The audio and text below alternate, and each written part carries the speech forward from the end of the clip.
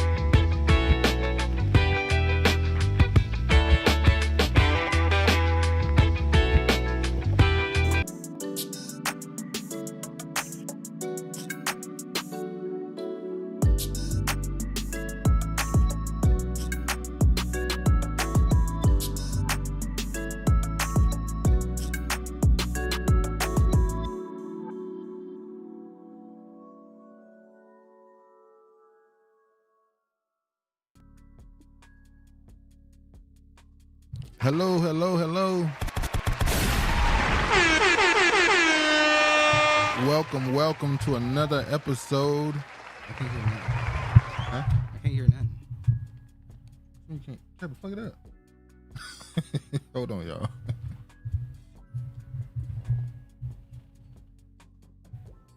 Wrong way. How y'all doing? Another episode, another Saturday is here. Hold on, we just gotta get this headphone connected.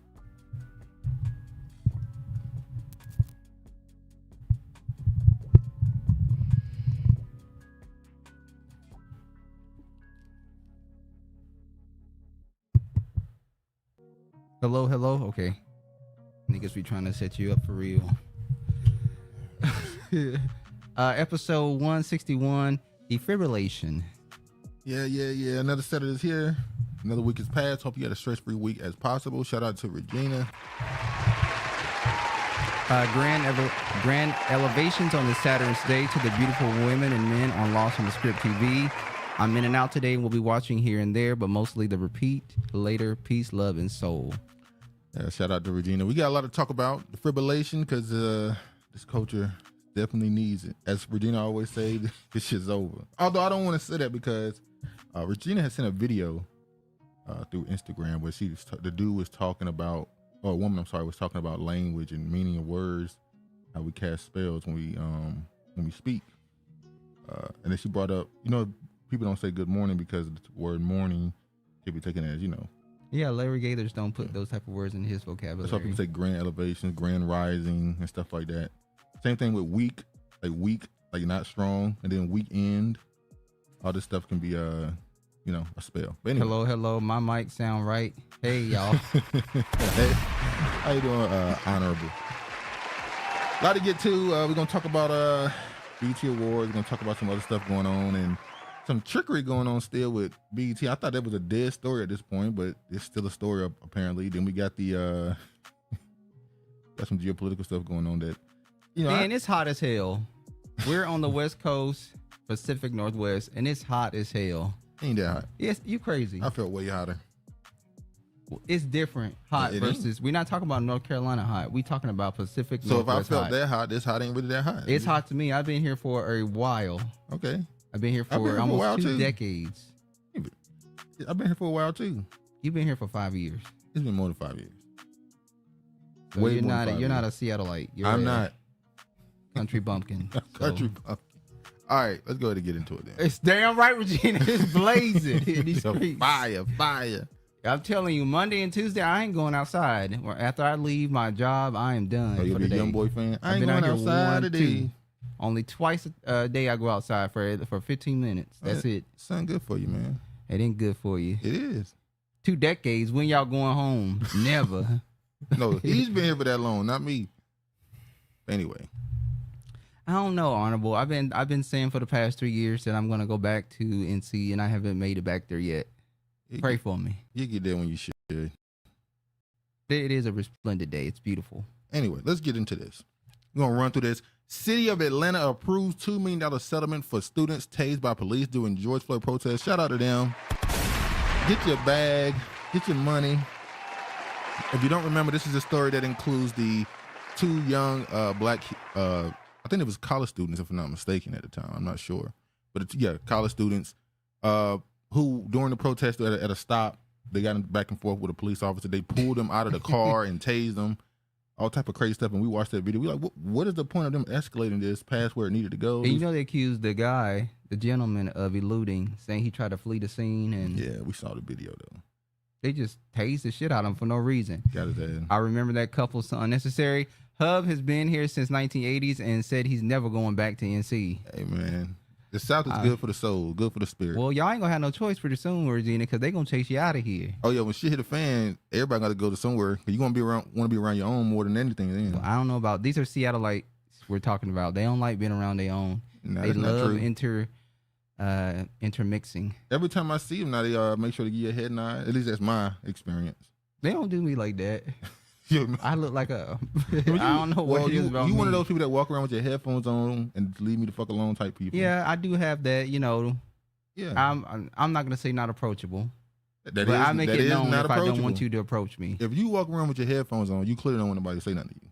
Well, I'm enjoying myself. I'm in my own world. Which kind of Me and shows medicine. how we talk about how antisocial society is, where even if you're not online, when you're out in the public, people still doing things to make sure people leaving the fuck alone. Whether they acting like they on their phone, got the headphones in. Sorry, I discovered YouTube in 2012, 13, and ever You since keep then saying I've this. been You listening. knew about YouTube. You was I did on not. the internet. Stop acting like you just. Oh, I did was so not. oblivious to the world. I What's was going oblivious. on? I was in my own world.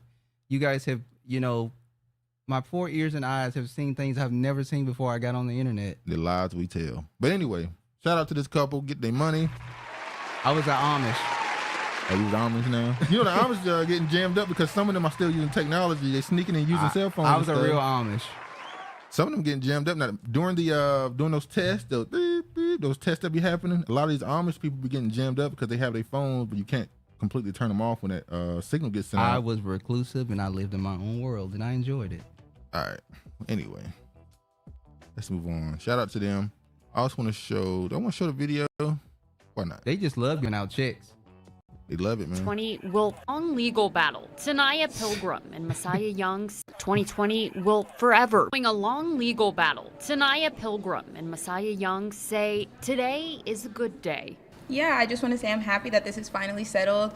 I'm happy to close this chapter of my life. Thank you for everyone who supported us over the years. The pair speaking less than a day after the Atlanta City Council approved a $2 million settlement. Pilgrim and Young will each receive $1 million. Look at it, boy. They say the night of May.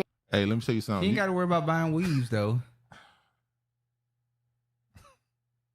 What was that for? Oh, so she has long hair, long healthy hair. I'm gonna say this though. No offense to them. It is funny to me. Pilgrim as a surname. That's unfortunate. It's an unfortunate name. I agree on it. But that's her last name. That's No, her it's last his. name. That's his or hers. I think it's his. Hold His on. last name is Pilgrim. Let me go back. Hold on. Naya Pilgrim and Naya. Messiah Young. Yeah, his last name is Young. Yeah, Pilgrim. It's an unfortunate last name.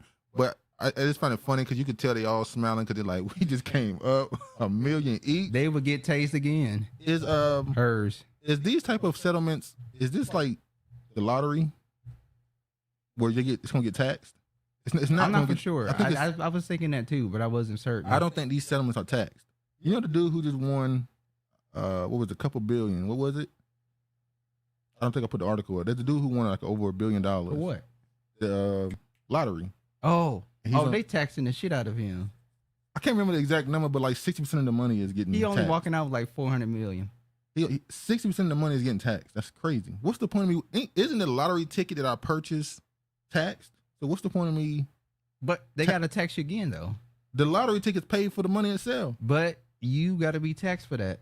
It's crazy. But anyway, I'm going to finish playing this. $1 million, they say the night of May 30th, 2020 will forever be etched in their minds. That is when they were tased, pulled from a car, and arrested by Atlanta police as protests over George Floyd took place in the city. APD reported the confrontation was over a curfew violation. The students say this settlement offers some justice. It's a memory that I've been wanting to forget, and I'm sure Messiah has too, but unfortunately, it is etched into our memory. The officers involved in the incident were criminally charged days later, but charges were ultimately dropped. The pair filed a civil lawsuit in federal court in 2021, and that led to Monday's settlement. Google, statement money and damages collected from a lawsuit are considered income, which means the IRS will generally consider that money taxable. However, personal injury statements are exempt. So a settlement with a state is the same as a settlement with a person? Is that including that separation, or is that all the same to them? A settlement with the state versus a settlement with or a local government? No, this is a settlement. So in general, this is not. This is a personal injuries settlement. No, she was. Okay, that's what's called they gave. I know she's differentiating between the two. Yeah, so a personal I understand the personal injury stuff can still be, but I mean, I probably won't be because you know.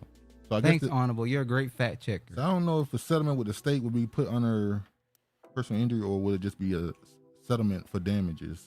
I don't. Anyway, it don't matter. Anyway, well, they weren't injured. Yeah, he was tased. What are you talking about? He wasn't injured. Man, some people take that taser and throw it off their ass. Like and some people die. You know anybody who dies? Looks like it varies from state to state. That makes sense.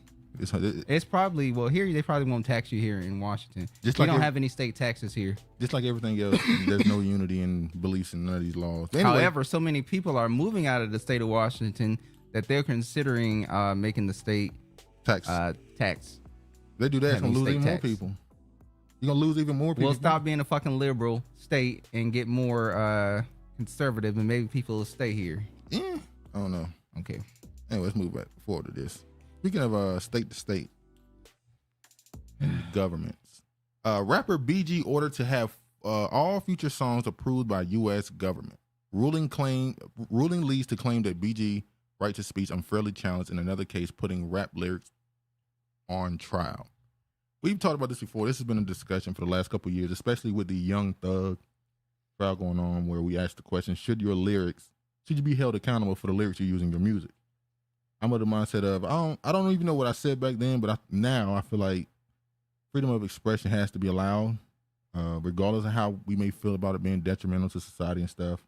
In this country, in America, you have to allow freedom of expression. If someone want to rap a certain way, then you have to allow that. But now he has to turn his lyrics in to have them approved, and he has to be careful who he's around because obviously he's a felon, so he can't do certain shows with other rap artists. You're not supposed to be around other felons when you are. Yeah, a felon. Which is what got Tory Lanez jammed up because he had a weapon around him while he had a felony. So, to me, well, the government, they're being authoritarians. You think so? And yeah, they can do that. But the downside, okay, I'm on the fence with this. Okay. Because it violates the Constitutional amendments. Yeah. However, do we want this type of lyrics displayed in hip hop? Well, that's why there's a separation in that. What I want versus what is. What I might not want this to exist, but they have the right for it to exist. It's our job as a culture to because they're saying and make the certain by things. him rapping about guns, it's not showing that he's rehabilitating himself. It's seen as he's still continuing down this road of having guns and violence and stuff in his songs. He's not being rehabilitated. Well, what if I say... So he's supposed to seek a new career as a gospel rapper. Where would he perform? You don't have to talk about guns and stuff let me in say your this. It's music. not about rapping about guns. It's about how you rap about them. If you talk about owning certain guns legally, going to shooting ranges, and how much... Like, that's a different discussion than saying what you'll do to somebody with your gun. Violence. And even then, that's not a bad thing. If, for instance, that song, Try That in a Small Town, that was him saying, if you do wrong in my community and affect us negatively, and you come here, we're gonna teach you to go on about your business. Now, if you're saying you're gonna kill a nigga for looking at you wrong, then that's a different thing. If you're making songs saying I'm living by positivity and righteousness, if you affect my peace and my family's peace and my community's peace, that's a different energy to the song, right? True.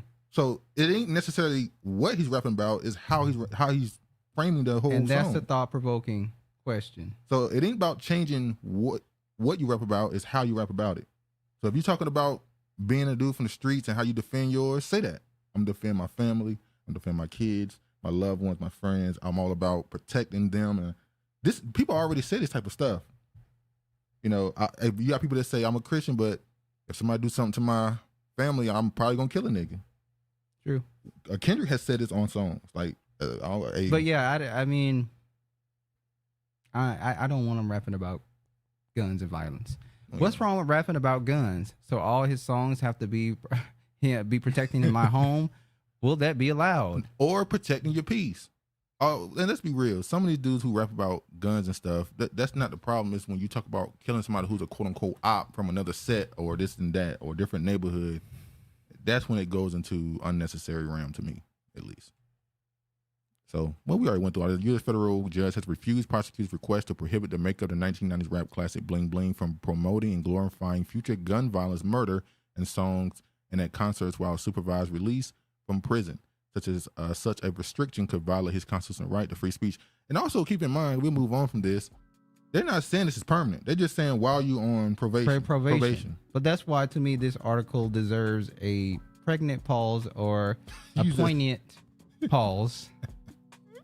Because black people have to decide, where do we want to go in the future? Do we want to keep participating in this gun, hoe, bitch type of hip hop environment, or do we want to go back to something more positive? Well, that's always existed. Who glorifies future murders? Who wrote that? Well, that was the opinion they gave on why they want to go this route with him. And you see right here, music industry giants include Meg Thee Stallion, Jay-Z, Coldplay, and Christina Aguilera have condemned prosecutors' practice of using rap lyrics as evidence in the U.S. criminal courts, saying it disproportionately targets black artists. But prosecutors have generally not cared to halt the tactic, as the case of BG, whose legal name is Christopher Dowsey, demonstrates. Well, that's why we have the term hip-hop police, where you're policed differently. And we can make an argument that it's obviously because you're black. But also, like, the NWA and all those type of groups kind of led to there being more of a magnifying glass on your music and you, because how you talk about they changed the course of hip hop. It was happening before then with Public Enemy. But when they did it, they changed the course of hip hop. Oh yeah, for sure. All right, let's move to this next part here. All right, do I have yeah, good. All right. I know this has been a topic for what now? A year? Who cares who buys most it of these topics? point? Yeah, I'm not even going deep into it no more. You don't need to go into at this point. Who gives a damn? Would that BET Award show? Yeah, who cares? But well, actually, we should be saying somebody need to buy this shit. Well, that's the thing that's gonna come from this right here. We ain't got to go into the article, but Paramount reportedly in talks to sell BET for $1.6 billion in buyout led by CEO Scott Mills. Who's this Asian man? Wow, Honorable Sienna. So they said no to $3.5 billion from what's his name? Byron Allen. And Tyler Perry offered $2 to $3 million. So you turn down, you willing to sell it for half the amount for the person who's already running the company. He's been there since '97, so he was there with Bob Johnson and the new ownership.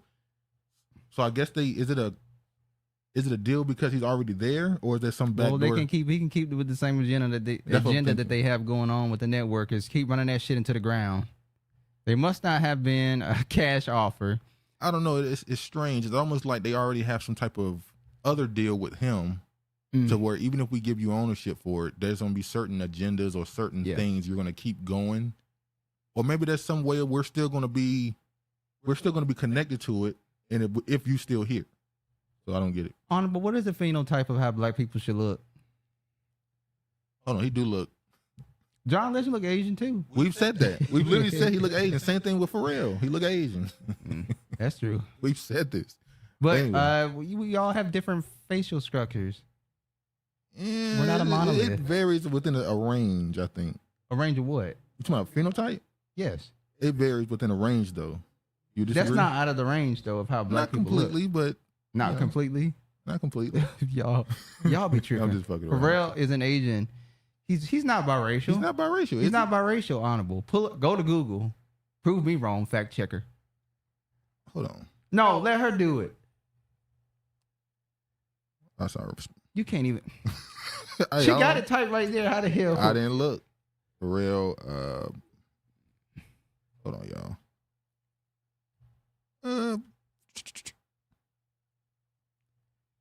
We're waiting, Sienna. Did they show him? Okay, his mama. I don't know. He's from Virginia. We don't know. Anyway, let's move forward. So he may be a he may have a Polynesian look to him. All right. All right, Denzel Washington in Gladiator 2 first look. I just want to ask this question because he does some Shakespearean plays and he's done the movies. Well, they're just putting black people into these history that they were actually there. Yeah, damn. But tell me it ain't hot out here. They're taking these characters from back. What?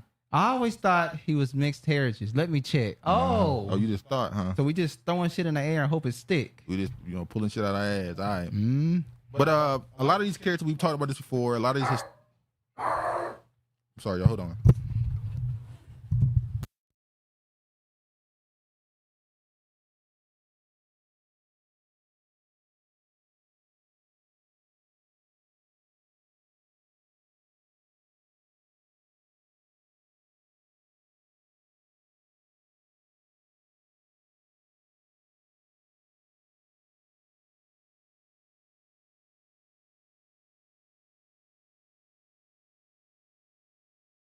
All right, we back.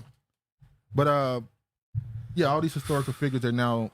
Damn, Amazon man running down the hallway. That's how hot it is. Trying to get the hell out of this. Trying to get the hell out of this heat. Okay, go ahead. But yeah, a lot of these characters now they're starting to reintroduce them as so-called black people. Even though this character he's playing was seen as an actual slave. Well, they were a slave. He was a black person. That's the point. They said the character was. Yeah, every time there's a black character in history, they always point to a slave, and that's not because that's what they want you to think, that you come from slaves. I want to ask the question: do we care about a Gladiator too? I would see it because Denzel's in it. I would see it. Oh, just because of him? Yeah, they said that Russell Crowe might do a flashback cameo of him in the movie. Okay. I guess we can move on to this now. The BT. Look at her Awards. with that vacuous smile that she has. All right, hold on, y'all.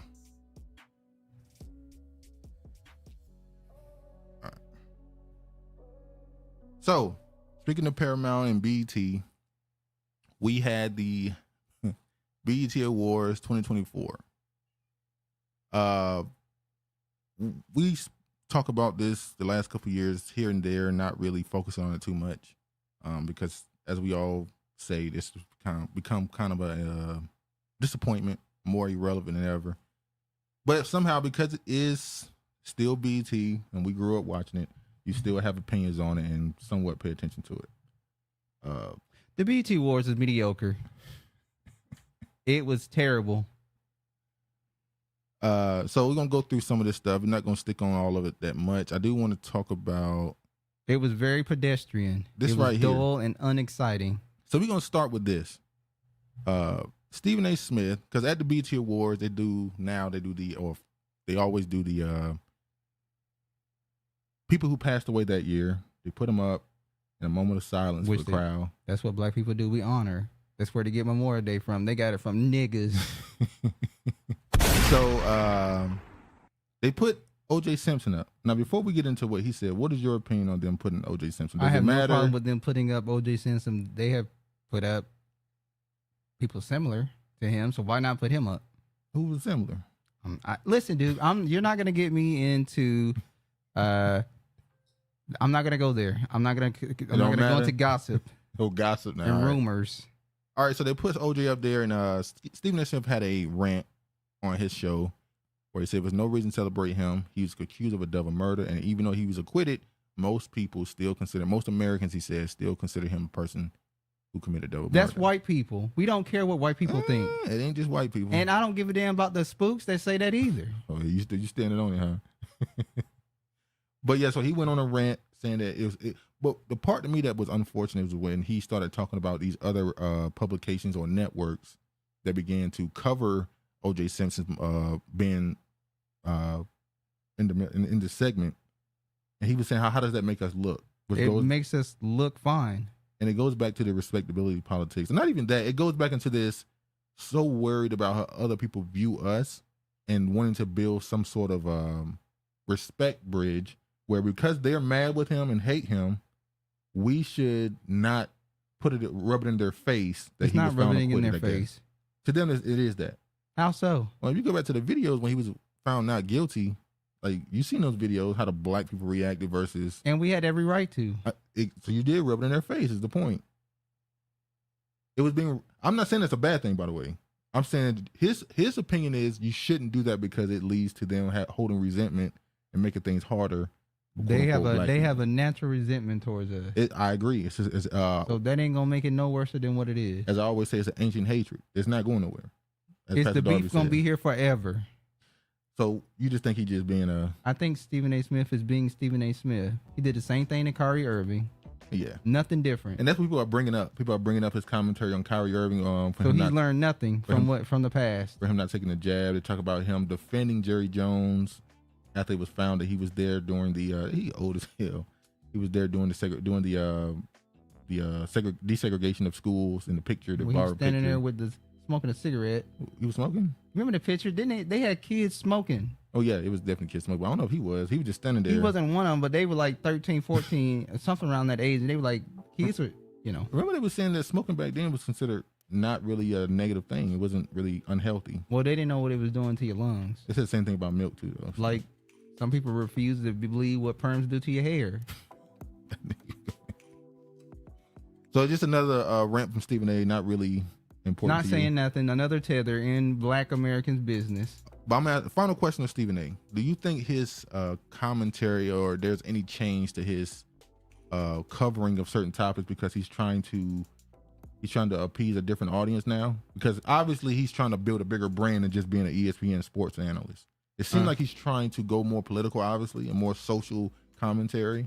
Maybe he's trying to gain that audience, but I think he's been talking like this for years. I agree. He's always said outlandish things. He literally said in 2016, I think it was, or 2015, when Trump and Hillary ran, he said black people should vote GOP. He went on Fox and said that, and then Trump won, and he walked it back. I didn't say Trump. I support Trump. And it's like, all right, man.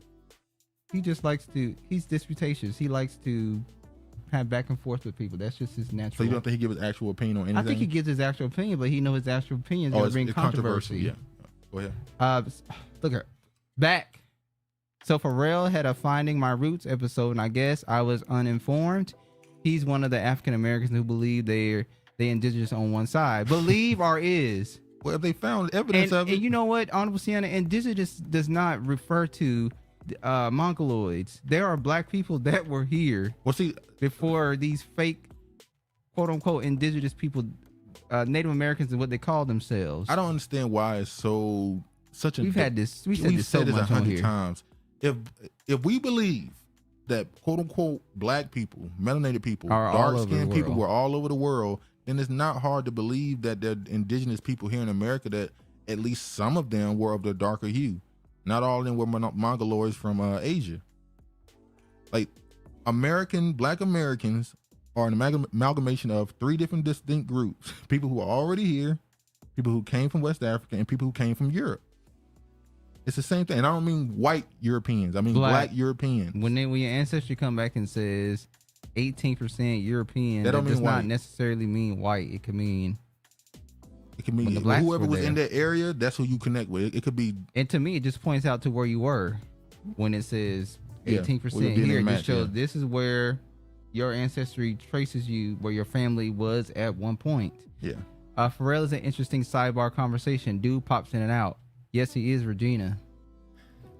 So you couldn't find no proof that this man is not African American? Honorable Sienna. You got this one here. All right. Oh, it's, Stephen A. Smith has to shut the fuck up. He's using this time to get a bigger bag with these horrible takes. That's a good point. So is he trying to do this because ESPN? He's in negotiations with ESPN right now to get $25 million a year. So he's trying to say stuff to show how big his profile is. Look how many headlines I got. Look at my numbers here. Clearly, I'm worth this on the show, on the network. Maybe he's using this as a way to do negotiations by showing his value as far as how big his audience is. My mother's side is from Oklahoma, and both my mom and grandmother look like white black people. Narrow noses, thin lips. Oh yeah, what's the thin lips thing, boy? My mother has thin lips. Her siblings have thin lips. Her grandmother has thin lips. I'm not sure how my grandfather on my mother's side looks because he passed away before we were born, here. So we never got to meet him. My great grandfather on my mother's side, he got thin lips. I never met my great great grandmother because she passed away, but she looks just like our grandmother. Our mother's side, they just had that certain archetype. Now, our father's side, they, that's where the bubble lips. The Olamac come in. The Polynesian side, Regina, comes from the mother side, quote unquote. Yeah. All right, let me show this right quick. If they were here, what did they answer to? We should respect them enough to know how to refer to them as black, the social construct created later on. Well, that's the problem. They did have a name back then, but the people in power literally changed their name. But all their surnames were black. You talking about? Like Moors. Moore means black. Yeah. Even when y'all be calling black man Dusty and black man call y'all Dusty, Dusty just means black. The languages, the English language is crazy. Language in general, when you really look up these words and the etymology, it's very interesting how we use words here in today's age versus how they were used 400 or 500 years ago. However, Regina, some of these Mexicans and Central American, they look like Olamacs too, because they put their pictures up with the big lip. Well, you don't know. Well, they mixed up too. We're in the age of, it's a lot of confusion about who's who. That's why we're having this big thing about ethnicity, nationality, and race, because the world has become so mixed up. And America is still America, but its foothold on America as far as entertainment and such is not as strong. So other people are starting to change identities and, oh my gosh, you're taking a shot at Regina. I can't stand people like y'all. That my people look like white people don't have. Now hold on. I can agree with that point. Having thin lips don't mean you white. I can agree. There's no white. I think Regina made that comparison because this is what they have told you, the phenotype of how black people should look and how white people should look. I think she was just making a reference point. She wasn't going along with the narrative, Sienna. Let me give her a gun shot, because I agree because I hate when I see you see a black woman, dark skin, who's attractive, and people will start in the comment section. Unfortunately, I'm not lying, y'all. It'd be women that say she has European facial and that's why y'all type. say she's attractive. And it's like, wait, no, she's black. She has black facial. Like, she's pretty. Like, what y'all doing? But so I understand the point when you say that. All right, Cameron rocks O.J. Simpson helmet jersey after Stephen A. Smith slams BET Awards inclusion. I will say this about Cameron. He's definitely been standing on the O.J. Simpson thing, although he might be doing it out of the desire to gain attraction to his channel. Yeah, so it is what it is. Notoriety. All right, let's move forward into this BET Awards. I'm going to go through the list. And the first thing that confused me, well, not the first, but one of the things that confused me is Tim's, who I thought was an Afrobeats artist, and now is a in a post by an actual public. They referred to her as an R&B artist first. So this is not an article that said that, but when I saw her name in the post on social media about her winning the award, they referred to her, and this was a African publication. This is an African publication too. I know, but I'm saying this one. They referred to her as an R&B artist, which confused me. And then they said she won the Gospel Inspiration Award. I'm like, wait. Well, shout out to Dricky Dre. What up? Well, you did say that they were gonna start transitioning. referencing them as R&B artists because they need to. The same thing happened with reggae. When reggae was popping in the late 90s, early 2000s, and particularly in the Northeast, in the 90s, reggae was popular. That real Jamaican reggae was popping in certain places. And then when they wanted to make it more palatable to the bigger audience, they started adding more R&B elements. That's why you got Sean Paul, who turned into a megastar at that point, because they added R&B elements to his reggae music. The same thing they're doing with Afrobeat. They introduced it to you 2 years ago, 3 years ago. I know it's been around for decades. I'm saying on a national level in America, they started introducing it to you a couple years ago. And at some point, they realized they're going to have to introduce more R&B elements to make it palatable to this audience. Look at the girl, the Tyler girl, same thing. She has a lot of R&B elements to that song because you just can't give them that exact sound over there and expect people over here to like it. But anyway, same thing with Burna Boy is now considered a hip hop artist in BET. Now it could be because BET don't have a category for Afrobeats. So they just chose a category they feel closest relate to their genre. But yeah. I have more African feature and I always wonder why, as a child, my mother and grandmother's side, different colored eyes, facial features, different from mine. These facts don't need to divide anyone. I think the Most High, he created variety. Mm-hmm. We have different shades of skin, different eyes, different textures of hair. It's just... Well, if you go based off the theory that we're all of African descent, which majority... When you say African, I mean on the continent. Was on the continent at some point, which according to science and history, we all were at some point on the continent of Africa. It's the most diverse... It's the most diverse continent on the planet. Like you can find all shades, colors, black. Everything. You know what I mean? So... K-Dot got me looking at Mason Cam suspiciously. Look, man, I look at it like when a person who's considered the biggest artist on the planet, people make decisions to get close to that person because they want an opportunity out of it. It is what it is. It's just what it is. It's just what it is, and knowing your lineage is important and empowering too. Exactly. You gotta know where you were, so you know where you're going. They are marketing them as R&B, but handing out Afrobeat Grammys. I hate their music being in all the Apple R&B playlists. They put like 3 of the back to back every time. Skip. Damn. Well, let me say this. I would skip. And I've played some of them. I'm not saying I hate the music. I'm not one of those people. No, you've actually tried to, convert you. You ain't try to convert me because you can't convert me.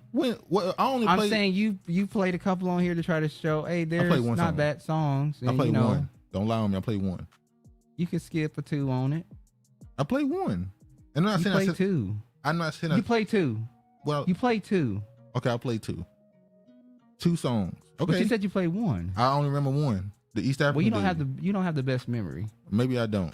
But I play that as much as I play any other genre that I don't listen to that often.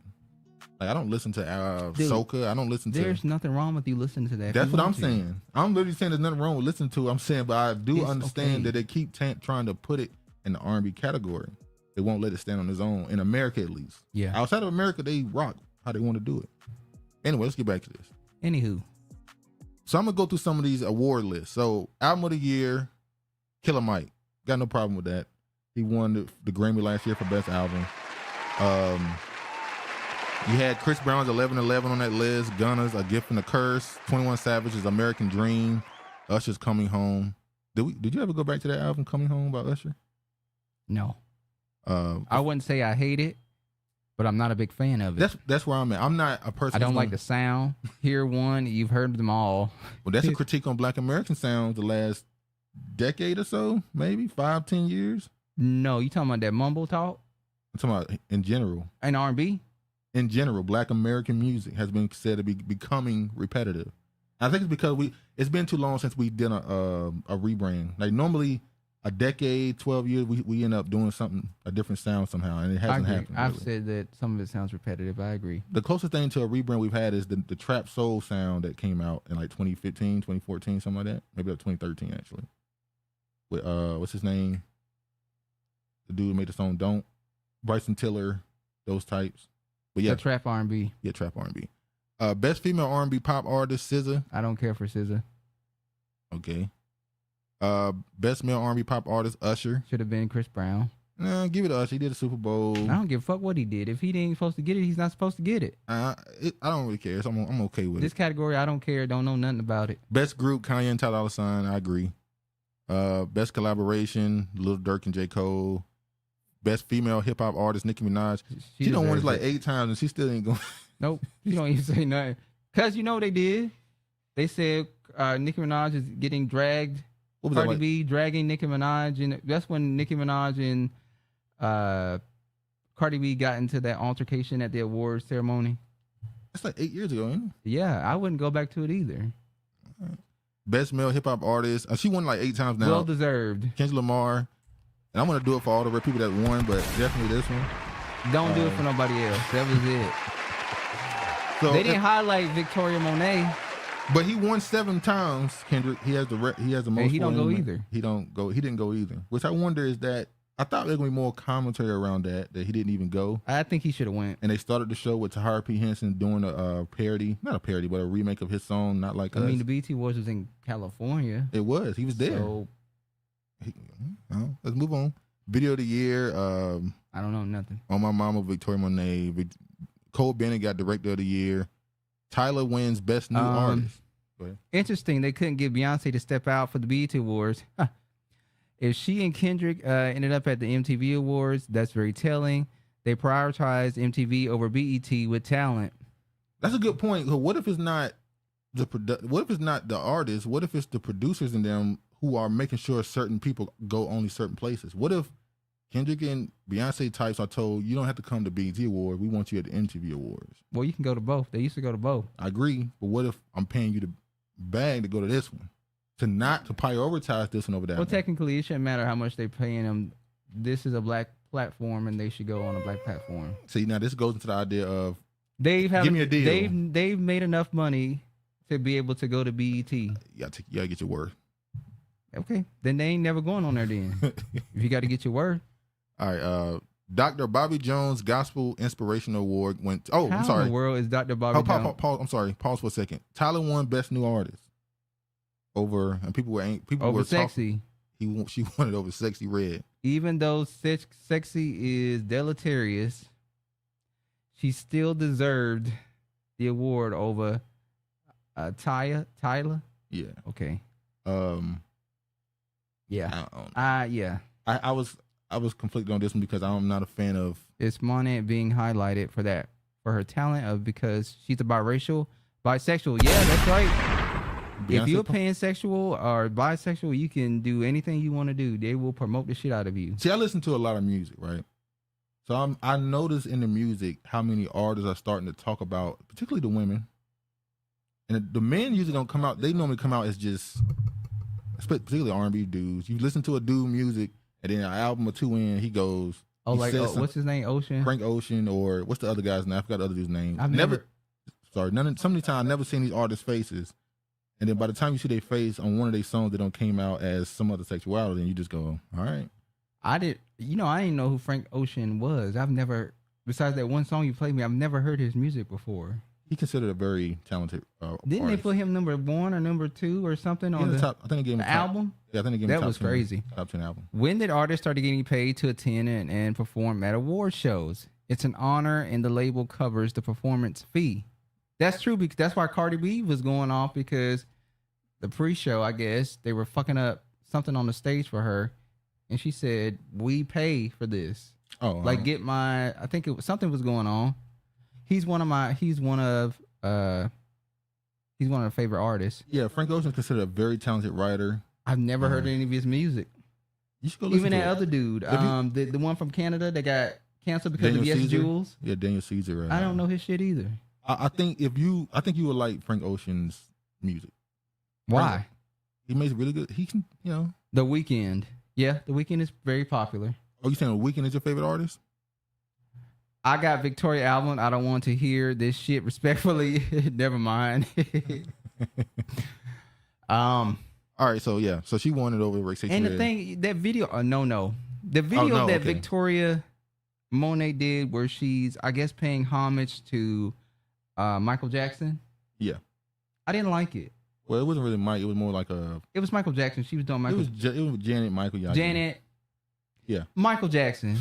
I think it wasn't good music. I didn't like it. I think I hear a lot of auto-tune in music now. You've affected my ears because you constantly bring up auto-tune. So I know now when so when I'm listening I'm now. gonna be quiet because then they're gonna start saying something. As soon as I hear this music now, man, woman, whoever, I immediately start hearing the cyborg in them. And Well, when you don't use auto-tune, you can hear auto-tune very well. like Prince said, his microphone be on. He said, my microphone be on when I perform. Not everybody's microphone be on, and when it do be on, they be having some fucking auto-tune in it. Yeah. But yeah, so Tyler went up saying the commentary became the South African winning it over the Black American. You know, that Frank Ocean is one of the most talented mainstream male artists of today. I agree. Facts. As far as talent, yeah, it's just, you know, he disappears he's an extreme version of Kendrick as far as disappearing from the public. Well, you know what? Sometimes you gotta let people miss you. No, he does. And then you gotta pop out and show all me these celebrities have attempted to keep this mysterious thing going. Mystique. Mystique, I'm sorry. He's went to the extreme. Like, he comes off as there's an no such asshole. thing as extreme. Some people just don't want you. He comes off as Lauryn Hill. I love Y'all Lauryn should be Hill. lucky I'm in front of you right now type personality. No, don't try to say that Lauryn Hill She is literally said it on the hubris. song. She said it on Naja's song. Y'all are lucky I give y'all my attention. Well, she's right, because I could be devoting my attention elsewhere. I don't have to do this, and they don't have to show up and go there. All right, so that Hold on, look at what BET did. They highlighted viewers, half a viewers, and highlighted half a choice. Who's doing this before this goes out? This is the African website. Oh, let me be quiet. Yeah. He tries to be Mystique. Really, Dre? The most talented? He don't have a big enough catalog for just to determine that. No, I don't know none of his music. I'm talking about talent as in his writing and the music he has put out. I'm Who not is he saying written he's the for? best. I wouldn't put him in the category as the best. Do you know who he's written for? No, I don't. I'm talking about his music. So he's written all his music. I don't know if he wrote. Okay, you know what? I'll say the music he's saying. You and Sienna need to stop just throwing shit to the wall and hope it stick. He's considered a writer, so yes. And he said mainstream wise. Okay. All right, moving on. Dada Bobby Jones, best gospel inspiration in the world, obviously went to Tim's over Shirley Caesar, Kurt Franklin, Haley Bailey. And Shirley Caesar? Yeah. Are you kidding me? CeCe Winans, Erica Campbell, Maverick City Music, Naomi Rain, Chandler Moore. I mean, that's crazy. Kurt Franklin had 2 songs on the list and still lost. Damn. And he normally win the award. He put on all that lip gloss and lipstick for no reason, and he's still ain't out here winning shit. Viewers' Choice Award went to Texas Hold'em Beyonce. It is. Lawrence Hill president is a gift. Lauren president is a gift, you say. It is a gift. You would disagree with that, Honorable? Best International Act, Tyler won that as well. She had a Cleo Soul, Carol, Ray. I don't know some. You don't know none of these people in this category. I know this person, Ira Star. I know they're trying to push her now as she'll start doing R&B the next year or so. That's why I said one of them, not the most. And he's written for Kanye, Beyonce, and Jay is all I know. Oh, yeah, he did No Church in a While. No Church in a While. Never heard of that. Yeah, he did right on that. Yeah, it was on. I never heard of that. Album. I never heard of that. All right, Justin Bieber too. Now Justin Bieber what? Justin Bieber is popular, man. I've never listened to Justin Bieber music. I'll be honest. I think Brandy. What are your opinions on Brandy? Duke is a hater of Brandy. I don't know why Duke dislikes Brandy so much. She has a beautiful raspy voice, and her runs are great. I think that y'all overrate. I definitely agree. I think that where y'all place Brandy and the way y'all allow her to talk about her place in R&B. Honorable, you agree that Justin Bieber is a great artist? You don't know what she agreeing to. You've been dirty with that. Throwing it on. He wrote for Brandy and Justin Bieber. Okay. All right, Dricky. Okay. But anyway, back to this. BET Her Award, why does that exist? Yeah, why does BET Her Awards exist? Is there a BET Him Awards? What are they gonna say because they have a network called BET Her. So whoever, now the network need to give an award at the BET Awards. It's just elevating the black woman. Go ahead. Google who Frank wrote for. I love it. Ocean wrote songs for artists including Justin Bieber, Beyonce, John Legend, and Brandy. Okay, and Brandy too. Okay. They gave that to Victoria, the BET, the Viewer Choice Award for Best New International Act. They gave it to, I don't know, no offense, I don't know any of these names. Beyonce, 16 Carriages. You know who that is? What? Oh, where you at now? Sorry. I mean, the Best International Act Viewers Choice Award. Oh, so they're admitting that these awards are not chosen by the people, but anyway, the labels. Best movie. That was for Lauren Question, Goofy. Best movie, Bob Marley won Love. Best actor, Denzel Washington. Best actress, Regina King. And youngest award goes to Blue Ivy Carter. She got a BET You know, award now with her Beyonce Grammy. and Jay-Z are using that nepotism to get their daughter where they need to get her to go. Sportswoman of the Year, Angel Reese, and Sportsman of the Year, Jalen Brunson. However, Blue Ivy gonna need some surgery. She's gonna have to get a Kylie Jenner and Khloe Kardashian jaw thing, because Blue Ivy's jaw is really strong. She has her father's face structure. Well, yeah. Unless she grows out of it, her jaw is very prominent. And they're gonna have to file that shit down. I don't listen to Justin Bieber, but I heard he has some cool movies. Get to the performance. We can't hear. She's talking to us, Dre. Who's the Goofy? Damn. Wait, who's the Goofy? Get to the performance. We can't hear. All right, let's get to the performance. Let's get to this one. Cool songs. Oh, cool song. Okay, Justin Bieber did work with. He was brought in by Usher, so I mean. Man, fuck Justin Bieber. Get the Sexy. Okay. All right. Sexy Red needs to stop wearing that red wig. That's a character thing. I know. I don't like it. Now that I've seen how she looks naturally, she need to take the wig off. All right. Sexyy Red's 2024 BET Awards performance looked presidential, plus wardrobe malfunction. Let me show. I want to show, where is it? Hold Sexy on. Red is detrimental to the black community. Black girls, I would say. Hold Surgery. on. She going into her father's face. She got to learn her angles. You gotta learn her angles. Angles, baby. I don't see an angle working for her, Honorable Sienna. Oh God, if the Beehive get a hold of this segment, Jesus, they gonna be on my ass like white on rice. You just like them people that was talking shit about as a baby with the hair thing. Yeah, one is in part for talking about her.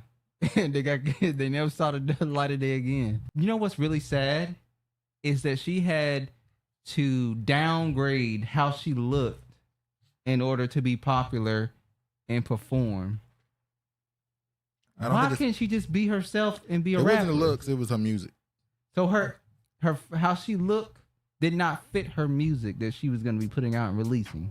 I disagree with that. Then why couldn't she just be herself? This is her. What do you mean? Take that damn red wig off. And Travis, how she wanted to dress and how she looked at her tattoo, how she wanted to look. Did anybody tell her to do that? I think she was advised. No, she wasn't. I don't Anybody like advising you to get no tattoo on your face. You want to do that.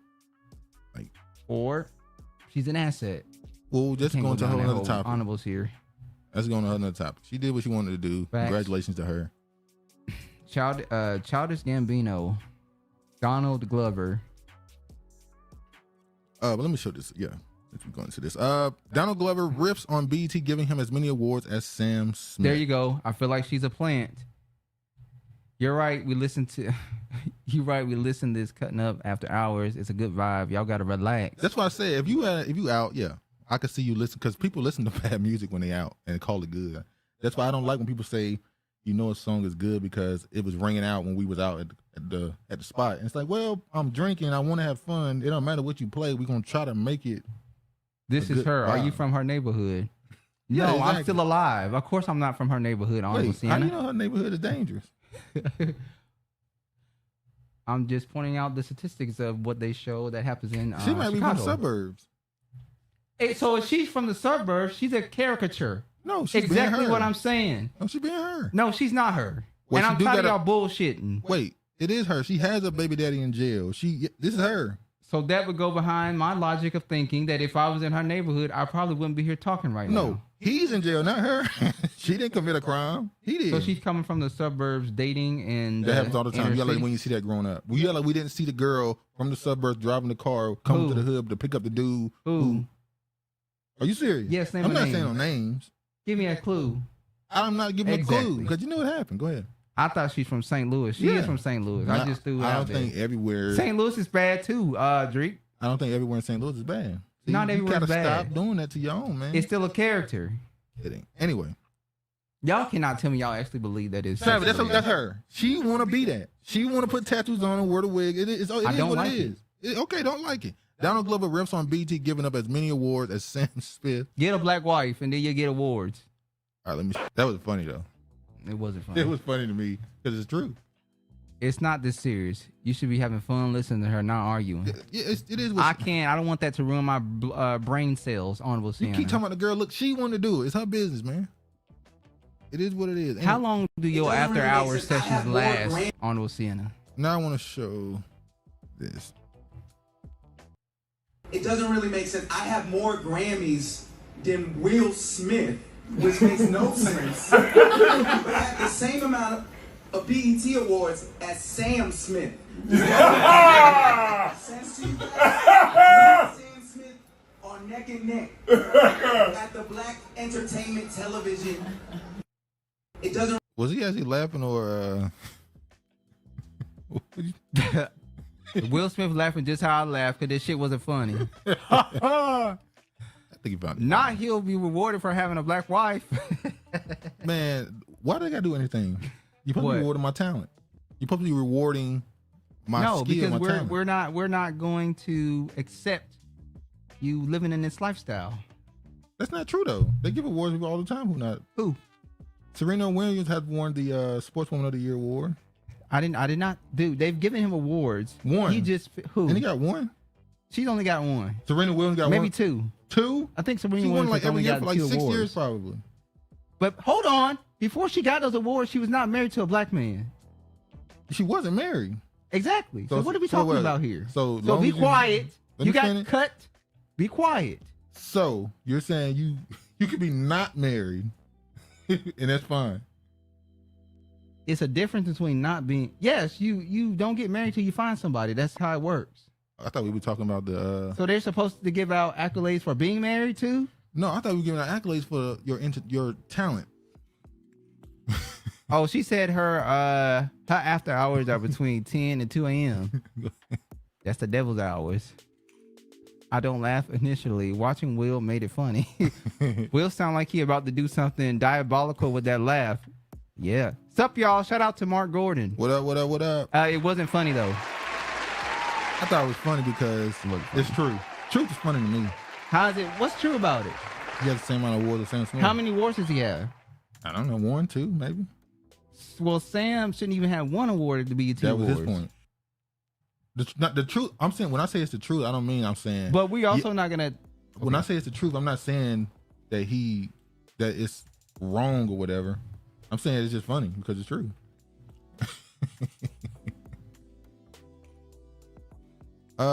Wait, this is not it. Not that. No, he got cut. You just yelling anything now. Sup, Drake? I had an article here.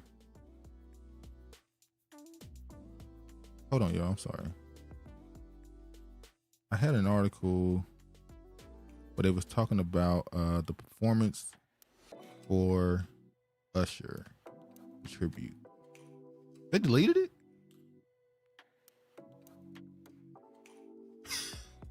They deleted the article. Wow.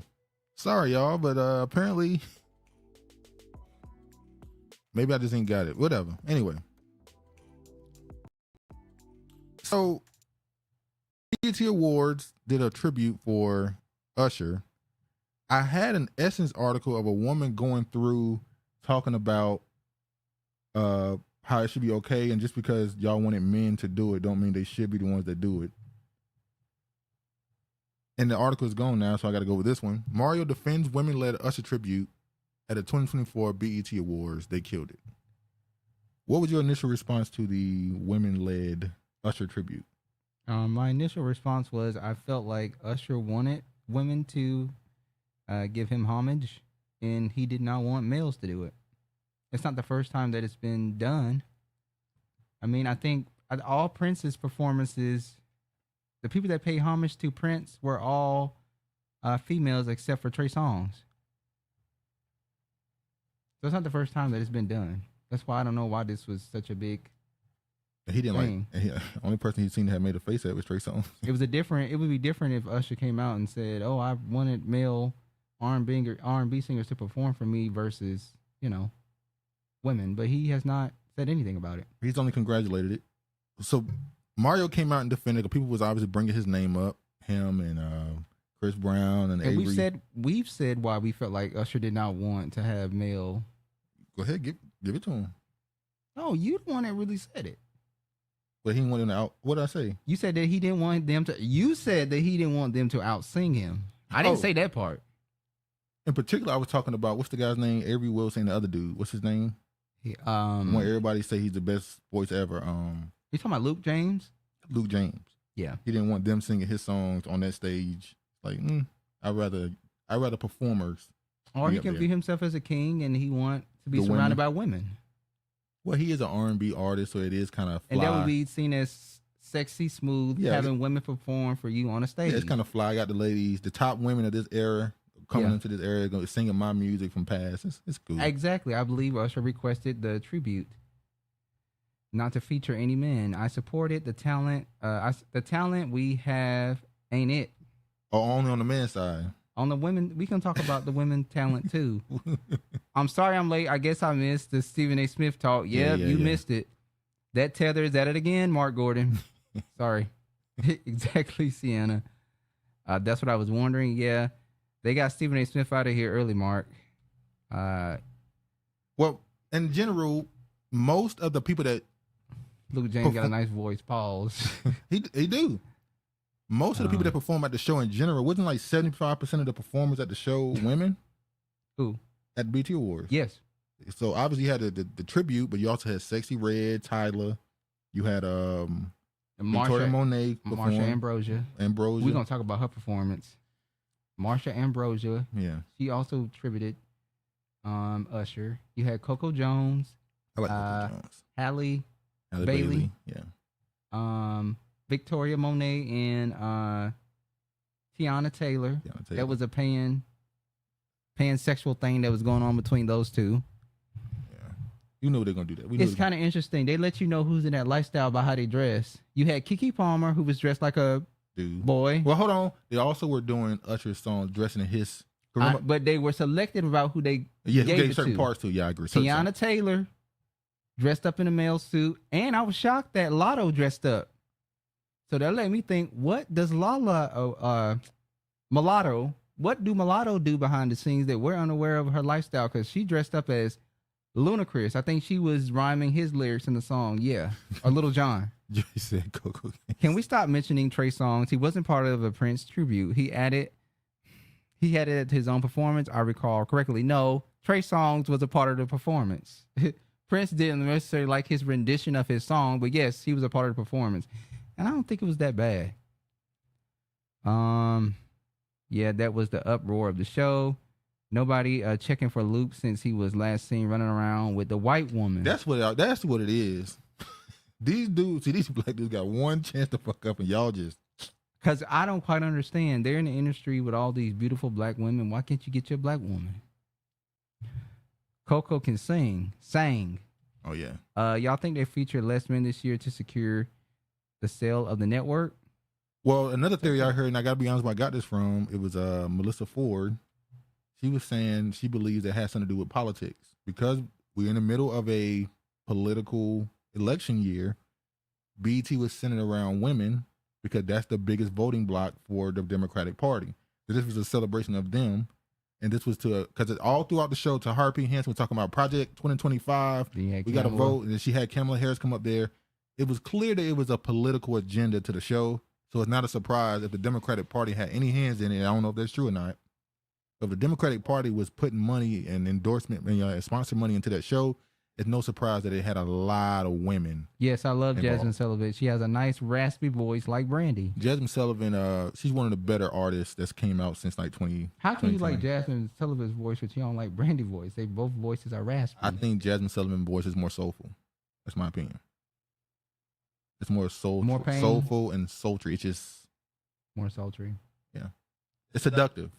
Lotto keep rapping about lesbian shit. It's so cringe. She wants us to know that she was a virgin and have chicks going down on her. I didn't know that. I never heard her music, so I didn't know that. I did not know Lotto's music, and just by that assumption about how they decide to dress them on BET, I came to that assumption. True. Melissa need a hush. Oh, she don't like Melissa Ford. I think there's truth and merit to what she said. We're gonna get into it later about the obvious political push during the BET Awards. Let me get into this. TMZ caught up with "Let Me Love You" singer who gave his approval of the performance. I thought it was great. Mario exclaimed.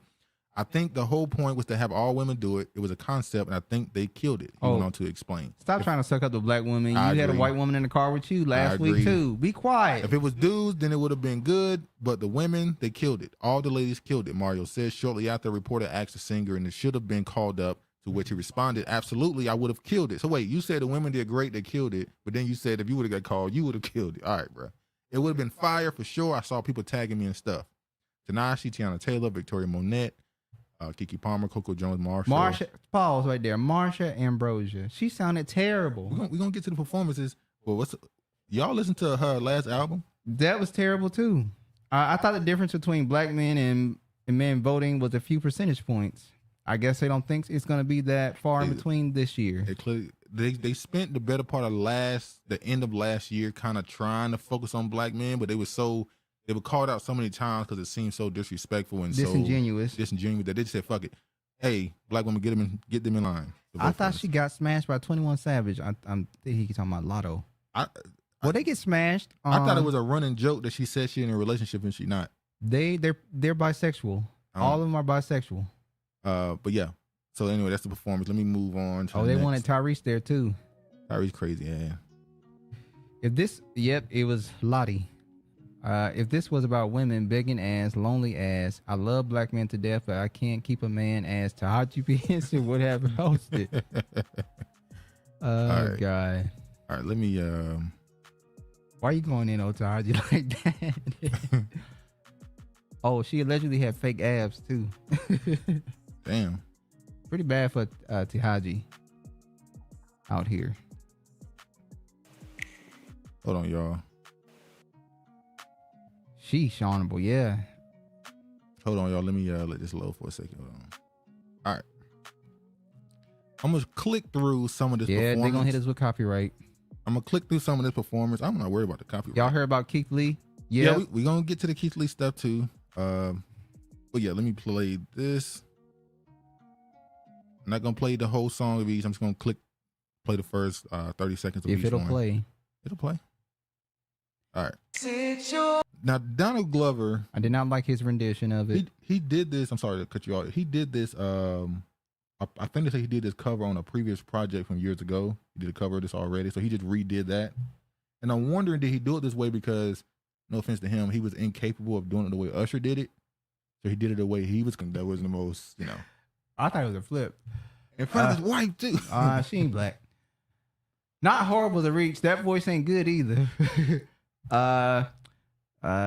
We need to study Summer Walker being shy and still designed to look like an IG model is so strange to me. Maybe that's why she's shy, because she has insecurities because of how she looks. Shit, both Childish and Kiki at this point. Coco Jones, best R&B of last year.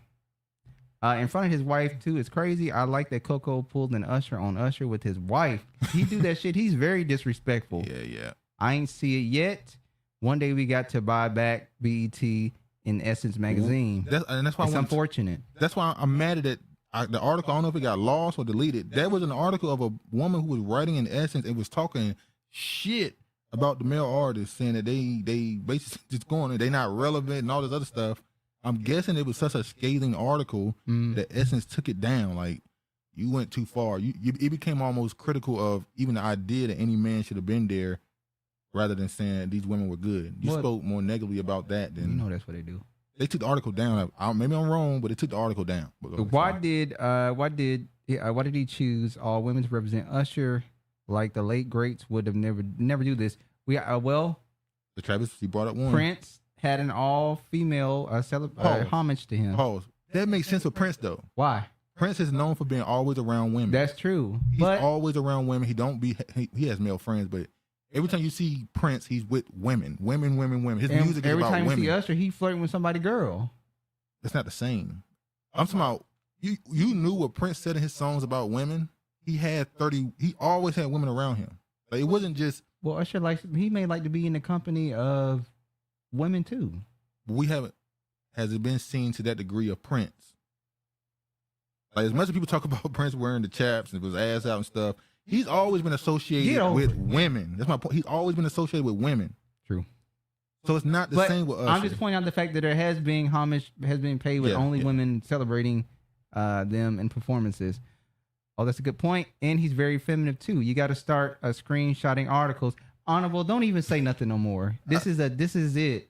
Well, I've said this over and over, and it just goes in one ear and out the other one. I didn't screenshot articles. I'm thinking there's no way Essence is going to delete the entire article. Ashley, she said, yeah, Prince was so feminine, he wore eyeliner 24/7. Yeah. He probably took it off when he went to bed. I'm going to show you the name of the article. Black women gave Usher the BET Lifetime Achievement. Wait, I'm sorry.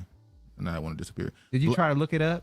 Androgynous. Yeah, I did. Yeah, he's androgynous. Black women gave Usher the BET Lifetime Achievement tribute he deserved, and you can stay mad about it. Essence, that's essence.com. When I click the article now, it goes into another article. It redirects. So anyway, Usher known for being with women as well. He's never been a part of a clique with males like that. I never seen Usher with like his huge male entourage. I'm not saying he around men, but the way Prince is associated with women is not the same. Who is Mr. Steal Your Girl? Well, the dude made a song called that. Who is it though? It's Usher. That's not. That's what I'm about to say. Yeah, he Mr. Steal Your Girl. But anyway, y'all know what I'm saying. Y'all know what I'm saying with the way one is associated with women versus the other. But anyway, it's not computing. All right, let's move on. I agree with Duke. It's not the same. It's not the same. What's not the same? How Prince is viewed with women versus Usher. Usher is seen as a dude who get women. Prince is seen as a dude who his everything is about. He's around women energy all the time. He got women too. So much so that it affects his energy. Like Prince he seems to be engulfed in the feminine energy. What do they call it? Mother goddess type thing. Like it's just constant. Anyway, move on. Sorry. Yeah. There's no way on stage live she didn't know how bad it sounded. Did she rehearse it? Sound like a crack. Sound like a cat drowning. Like she knew in real time how bad this was. She tried to clear her throat. And that's not even a hard note to hit. Hey, just imagine you're on stage, you're doing a tribute for us, you just released an album. You are you. We know who you are. You did that song. All you got to do is say yes. Say yes. That's a classic song, regardless of what we think it means now. And you get on that stage. Lesbianism. You've done this a million times. She seems to be like a very confident, borderline arrogant person. Oh, she was hubris on the Joe Budden podcast. Supercilious. She was haughty. You could tell. I can tell why her and Amanda Seales butted heads immediately because Marsha Ambrosia. I'm sorry, cut you off. I'm gonna make this point. I made this point when we said this. You might be about to say this. Well, Marsha has the same arrogance about her talent as Amanda Seales has about her intellect. Her intelligence. Yeah, go ahead. So that class, not only, no. Marsha Ambrosia also views herself as very intelligent as well. Oh, damn. Because we played, what's it called? Suspended. Hold on.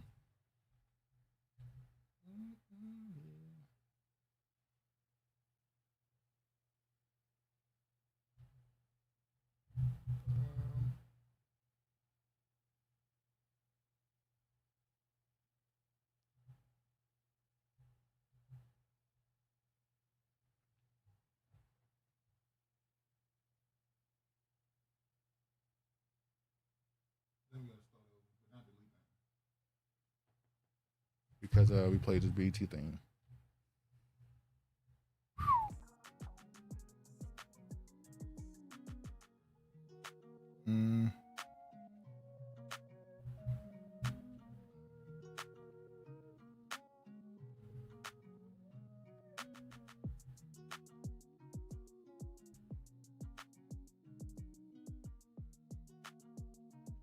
Dude, it's over. What are we doing? Are we restarting or not?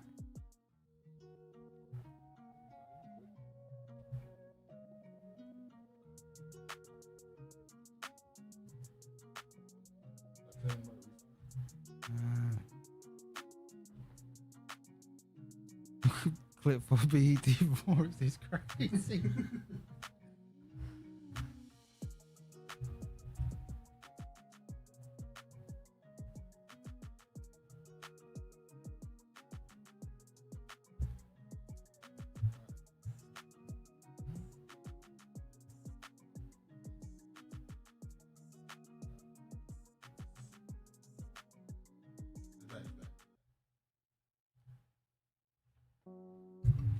All right, we back. Never mind, we got to restart. Are we back? What happened? Did her voice break the stream? I think it did. I think it did, Mark Gordon. Clip for a BET performance. It's crazy. Yeah, that was crazy. I forgot you just got to wait a little bit. Hold on. Yeah, we go. Anybody in? Did her voice break the stream? Can you guys hear us? Can you hear us? Let us know if you can hear us. Yes, sir. Let's get it. Yeah, we didn't have to Before I restart. was rudely interrupted by YouTube, Leon Cohen. Leonard Cohen. Something she did. You don't have to say shit else about the show. Chloe finally had a good moment. Wow, she had a. I want to also say, because you brought up Chloe, congratulations to her. Can't hear y'all. He said, "Yeah, check." Restart you. I can hear y'all. Sorry. Yeah, but I also want to say, unfortunate for Normani. Is that name Normani? It's Normani. Normie. Is it Normani or See, Normani? look, now you changed it. Yeah. Anyway, unfortunately for her, Normani. she was supposed to be there too. She's supposed to be the Childish Gambino performance. No. She was supposed to be Tanashi. Oh, so Danny Glover was always supposed to perform. Apparently, it's allegedly. I'm not. But they're saying that Donald Glover was always going to do that performance. It makes sense because he's done this before. I was wondering why Tanashi was there because they really don't fuck with Tanashi. But yeah, I think normally, unfortunately for her, she was supposed to perform, but she got injured and Tanashi took her spot. So that's unfortunate. All right. It wasn't meant to be. I'm not playing no more BT videos. We're just going to talk about what happened. I know y'all, we ain't got to go into the speech. This is what it's Norma pronounced. that's what I'm about to say. Her name is Norma Nye. Norma Nye. Norma Nye. Not Normani. Is it? Normani? Normani. Maybe it's Normani. It's Normani. It's pronounced Normani. Normani, not Normani. Normani. Anyway, BT explains why Usher's speech was censored. Now, when this speech first happened live, Normani? Yes. Mani, yeah, all right. So BET, they put when he did his tribute speech, he kept getting money. no money. Man, fuck it. I don't care at this point. It don't matter at this point. Point of the matter is, Usher, he did a tribute speech. He kept getting muted, and people thought he was cursing at first. He was cursing, but then the muting people, certain words would slip through, and he said he said he fucked me. It slipped through. It's like, what? He talking about Diddy? So that was the whole thing on social media where people thought he was talking about Diddy on stage during his speech. They thought he was saying we need to forgive Diddy. All type of rumors started running. So turns out he actually was talking about fatherhood and the black man and how, not how they treated, but black men's necessity as fatherhoods and in the community. He was talking about the importance of black men, right? But you had you had females pay homage to you, so shut the fuck up. Hold on. Now I'm on the other side of that because if, like you said, I'm Usher, I'm the quote unquote king of R&B. Mac Daddy. It's fly to have the top women now, or some of the more established, prominent women now singing my songs to praise me. There's nothing wrong with that. You know what I mean? I think Normani was getting her own solo performance. She just released an album. I've seen it. They said that she was supposed to be in the tribute as well, but maybe you're right. And she's known for being a performer, so it would make sense for her to have done one of those songs. But what do you think about them? Now, BJ came out and apologized and said it was a malfunction. So you think there was an intention? They didn't want to hear shit about no black fatherhood. This is about women. Get the fuck out of here. Get off the stage. They posted the whole speech. I'm not playing it. Okay, you better not play it. Temporarily blocked. Did the network release a full uncensored speech? Yep, it's right here, Honorable, in front of us. Yeah, it's right here. They released the whole thing. Unfortunately, we cannot play it. Well, we can, but I'm not going to take the chance. You want to take a chance? No. Let's go into suspension. Let's do it. They're not going to suspend us for that. Let's be radical. Shout out to Gaither. Let's be radical. All right. All right. Next small story. None of this is important, but this is another story that we can talk about that I found amusing and commentary. It led to me having a certain opinion on certain things that I always had this opinion, but you finally get more proof of it being a thing, and you just solidifies what you believe. Taraji P. Henson addresses Keith Lee response after Mixup at BET Awards. He missed his moment. Taraji is hosting they have this skit that they're gonna do with him and with Keith Lee. Keith Lee is the food, bless you, food. Oh wow. He's the food review guy. Very popular, very famous. He's helped a lot of business. Where's transcript? Oh, y'all could read the transcript on YouTube. I forgot. It ain't that serious though. The full speech is on. Honorable want to know what it says. The full speech is on BET channel. It's full speech. So they're supposed to do a skit. They come back from commercial. She's standing next to him, but she's standing behind him to somebody else because apparently his seat was moved. She does these jokes, yada yada yada. She gives the rose to she realizes the wrong person, gives the rose. She kind of says some other things with his wife right there that they feel is inappropriate. She goes to the stage about the business. He didn't Appropriate as far as what? Huh? She's being flirtatious? Yeah, she was being flirtatious with him with his wife right there. Okay. He posts a video of him dropping the rose. People say, "Oh, you've been disrespectful. It's not necessary to do that." Taraji responded to that and saying that he missed his moment. His ego was hurt. He'll be all right. No love lost type thing. And then he made a video saying, "Hey, I'm not blaming her. She did nothing wrong. Love her. This is a problem with them. They just changed my seat. They shouldn't have changed my seat. Yada yada yada." I hate this. There was no need for her to respond. He was very respectful to her and blamed the production team. Exactly. So immediately, the reaction, I gotta be honest, black women were on him. They was on his ass. A swarm of wigs just attacking his ass. They was like, "You ain't even famous. Why are you even worried about it? You just some TikToker that do food reviews out of your car." They was talking crazy. She's a real celebrity. And like, there's a reason why he is there, and she doing a skit with him on a being award show. Unpugnant, antagonistic. That's the problem. Taraji, you can't expect for us to feel sorry for you. About to start getting food stamps. What? Because of the wages that you're getting in Hollywood is not measuring up to your standards. You want us to feel sorry for that, but when you disrespect this man, you get over it. Well, get over them not paying you your worth then. Well, this is her actual response. She said, "Life really is too short for his behavior. He wasn't in the seat." The Color Purple actors commented in the past on the post. They give celebrity assigned seats. I rehearsed all damn day to hit my mark, and the young man wasn't in the seat, and so he missed his moment. The ego is hurt. She continued, "He'll be fine. I cleaned it up at the end of the show. No love lost." So people started immediately going at him, but then as time went on, they started trying to say, "You know what? Both of them wrong. We need to move on from this. This is not a big deal." And how is he wrong? But then it turned into, okay, she wrong. It took him a while to get through that thick. It took a while. The wife was fine with the commentary. That was just a bad angle of her. Wife wasn't upset. Social media created that narrative. I can agree. 90% of the narrative was created by social media. Said black women were not on him.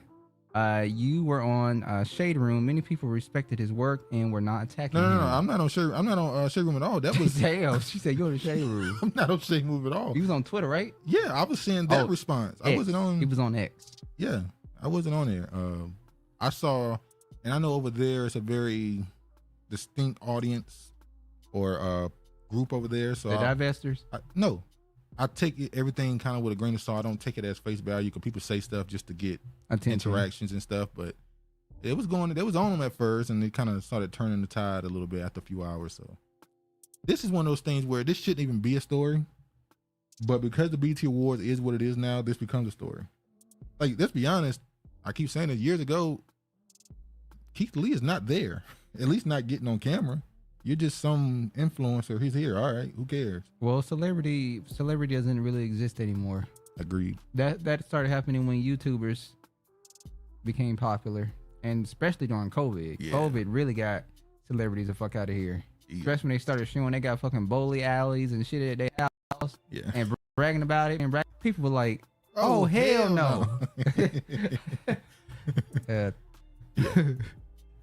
But yeah, next story. Kamala Harris saying "Not Like Us" is cringe as hell. Well, this is coming from a Brahmin Indian. No, Taraji. Now you know. Go ahead. And an Indo-Jamaican. All right, let me play the video. Madam. They might flag this. It's funny how y'all. She deserves the name Madam. Oh yeah, Madam President. As they say. Song was talking about you. Well, for me, everybody has to take that song and put it to their own personal standard because we don't even know who Kendrick is talking about at this point. Well, he put a poster of the picture they took at the show and put us on it. And on that, in that poster, has he addressed the Hispanics and their outrage? No. Them not being included at his show? I'll let you count the poster. Remember the picture they took at the end of the show, right? Yes. He put that as a poster and put us on it. She nearly emptied the streets. Montel, Brown and Montel. I was about to say that. Montel. Kamala is proof that if you're a black man supporting you, you can be whatever you want to be and reach the highest office of the land. But she had to lay in a lot of black men's beds. Allegedly. Lay your head. The skit is cringe to watch and listen. Yes, again. Yeah, Drew. We taking a chance with this one. But yeah. Oh yeah. No, that's on comedy. If we were just talking too.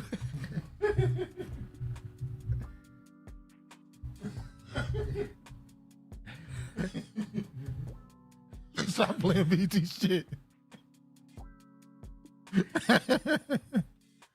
All right. Now, Kamala, cut this. God damn, man. And they cut it out. Look how they playing with us. They cut it off and just put it back on a couple minutes later. Like, move on. Stop playing VET shit. Let's move on, y'all. All right, I'm done. Next topic. Them boys now Kamala cutting the screen. Them boys ain't today. All right, so it was cringe. It is what it is. I do want to say this though. Please, I think the best thing Kendrick could do, send a cease and desist. They ain't did it yet, but go ahead and let them know with a statement.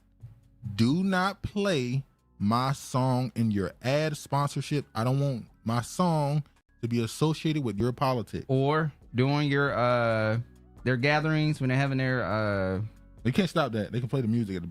They can't. Well, why did they send to an artist sent that to Trump and said he can't even play that at his rallies. Well, you're right at rallies, but I think if you're in a building where you're right, maybe you're right because it is political. If you're a politician, it's automatically political. So yeah. BT said no, I will not be criticized. They got it. We done. They can have it. But I'm praying that he sends some type of statement that says he's not associated with either party. Do not play my song. Do not use this as a political ploy for your agenda. Also, do not exploit. Do not go and perform at no DNC or nothing. Voting red no matter what. Who? Do not perform at no damn. You know they had E40. So Trump, when they got the New Yorkers and the gangs of Philly, he went to Philly and got the the rappers on the stage. Biden then went and got E40 on stage with Kamala. Tell me when the gal? Yeah, he was on stage. It's like, damn, we just saw what happened with Chuck D. Now we seeing what happened with E4. It's like, damn, people get older and you just like, damn, live long enough to come from a hero to a villain. Rumor is the Dems are asking for the song now. I'm hoping he say no. If he don't say no, finish him. Now let me ask you a question, and I understand integrity, but if they offer a real, I don't care how much. Let me finish. If they offer a real big bag, like some money, do you let them play the song? No. So wait. Hold on. Kendrick can't say that he's just morally. Hold on. Remember when Trump did his whatchamacallit and what's her name went there to get the bag? And she got boycotted. No, she got boycotted because she said, I'm there to unite the people and da-da-da-da. Big Boy was there too, and he said he let it be known, I'm getting paid. And niggas like, oh, cool, get your money from Trump. Who cares? She tried to make it seem like it was some political. No, social that's what we thing. assumed. What you mean we assumed? We assumed. Assumed what? That she was doing it for the money. She actually could have did it because she wanted to perform for them. No, we're saying Big Boy said it was for the money. She said it wasn't. Well, maybe it wasn't for her. That's my point. If you go in there to try to actually be a political pawn for this man, people are like, oh, get out of here. Now, if you went there for the money, cool. Well, she was being honest with her. And that's why, and the honesty got her what she got. So just tell lies. No, the truth. You can tell the truth. But maybe that was her truth. I'm not saying it wasn't her truth. I'm saying the response was what it was. Because you going there to try to do that bullshit, we don't fuck with Trump. This is what happens when you don't do your own shit. BET in essence. Exactly, Mark. Dems are not the culture. He has to know the answer is no. Yeah, I hope so. Hopefully he don't do it, but you know. All right. I want to show this right here. There's somebody they not like us. General. And shout out to the people that went and watched that short, not video, the clip. She's an anchor baby. That was different. Chrisette Michelle is not Black American. I don't know. I put out the clip of Lord Jamar and Karis one a few days ago, and it's an argument. It's like 50 comments deep on there. People going back and forth. There was some Spanish, Puerto Ricans, and some blacks going back and forth like crazy. They was battling for a while. They still going, I think. I think they still going. Last one I saw was like 2 hours ago. Yeah, they Please leave comments if you can. I think it is. Somebody comment? Yeah, it's over 100 some comments. Yeah, that video is very provocative, I guess. It is. So now he's speaking on this too. This is Sinet. What's his name? General Sinetta. Remember him and Umar had a squabble? Yeah, and Umar kind of cooked him, I ain't gonna lie. He said that he's the king. He called him beige, baby shit. That's what they do. They just miss you when you're a lighter brown complexion. It's really unfortunate this goes on between the black community. Now, I always said that those people on Sinetta's channel, if you don't know Sinetta's channel, he's a channel that talk more. I used to consider them. Go ahead. K-Dot already has one strike with his wife. You better not play with me. Wait, we're not even getting to that topic. That has to be addressed. She has a black parent and a biracial parent. They fought? Not that type of squabble, a verbal squabble. Yeah, it was a verbal squabble. It was verbal. Yeah, Umar kind of cooked them though. But yeah, Sinetta channel, I used to look at them as a Pan-African channel. But I think whether they say it or not, I think most of them at least, not all of them, most of them lean more towards black nationalist views. His name's not Sinetta.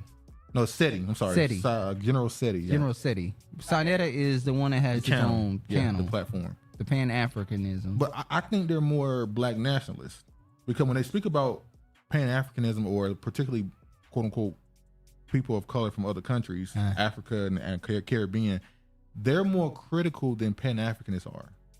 They don't typically give excuses. They like, look, man, this is that, you know. So they're honest. Yeah, they're a little more honest, or at least have a different opinion than they're scrupulous. Some they're honest and fair about their assessments of the community. Let me play what Sexyy had to say. If you give them niggas, let me tell you something. Before I played it, this was Travis said this like 2 years ago, maybe even longer back, when we were talking about black culture and American culture, whatever.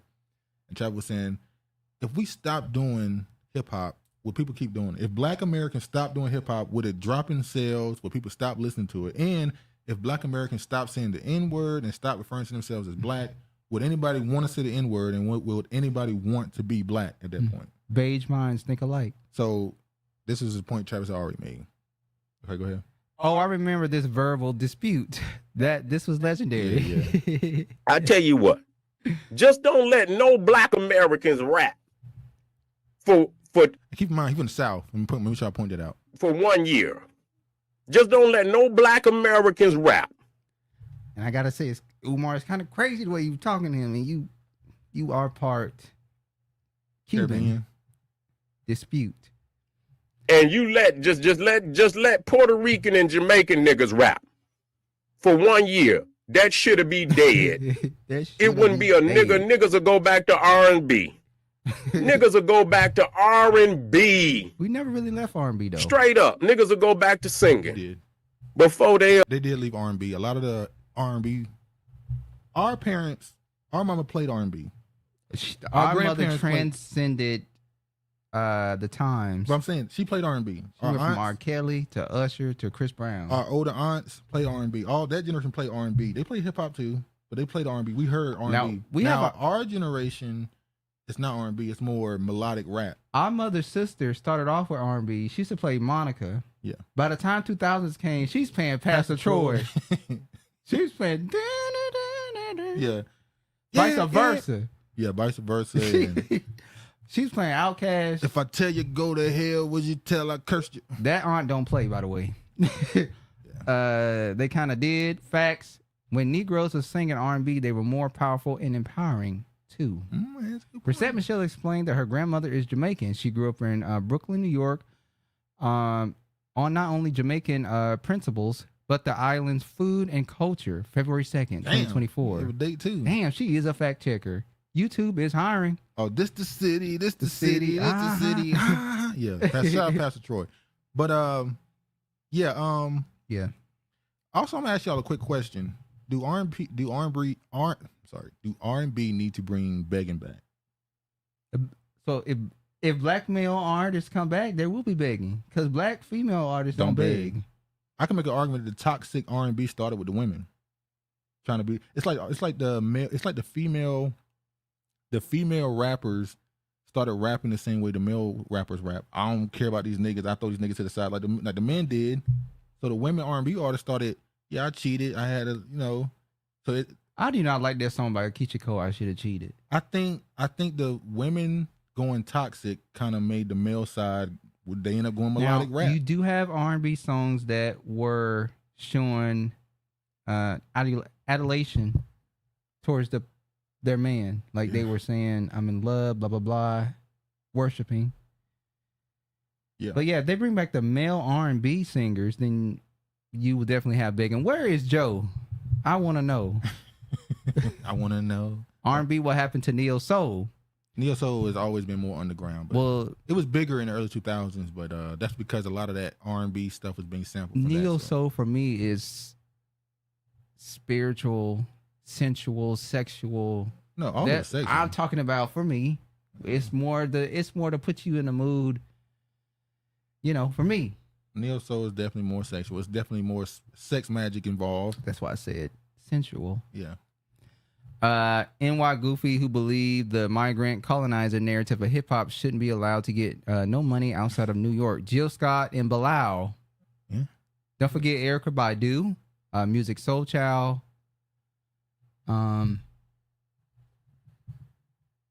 We know the names. We know the names that exist that we associate with it, but it's just we were talking about R&B earlier with all the women doing. How does it feel? What's his name? D'Angelo. You don't know his name. Yeah, they know exactly who you're talking about. You know damn well who you be trying to diss D'Angelo as well, by the way. Because I think it's a lot of hype around D'Angelo. I'm going to ask y'all a question. I'm going to ask y'all a question. I'm going to continue with the topic. I know I'm holding this up.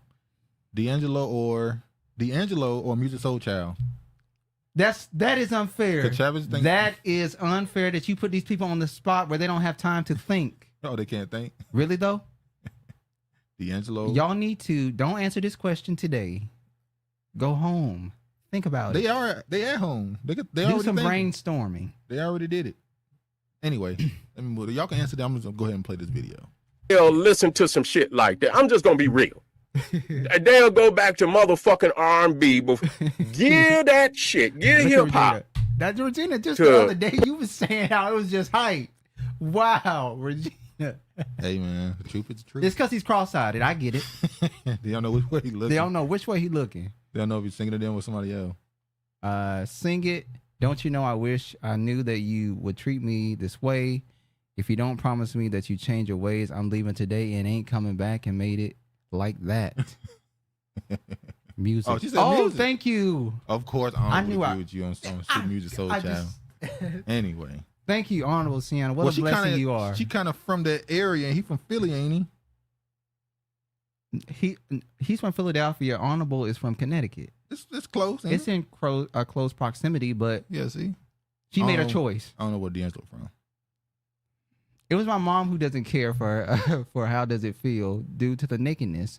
But I like Mac Roy's Virgin. I've always rocked with him and Angie Stone too. I forgot about Angie Stone. My black brother.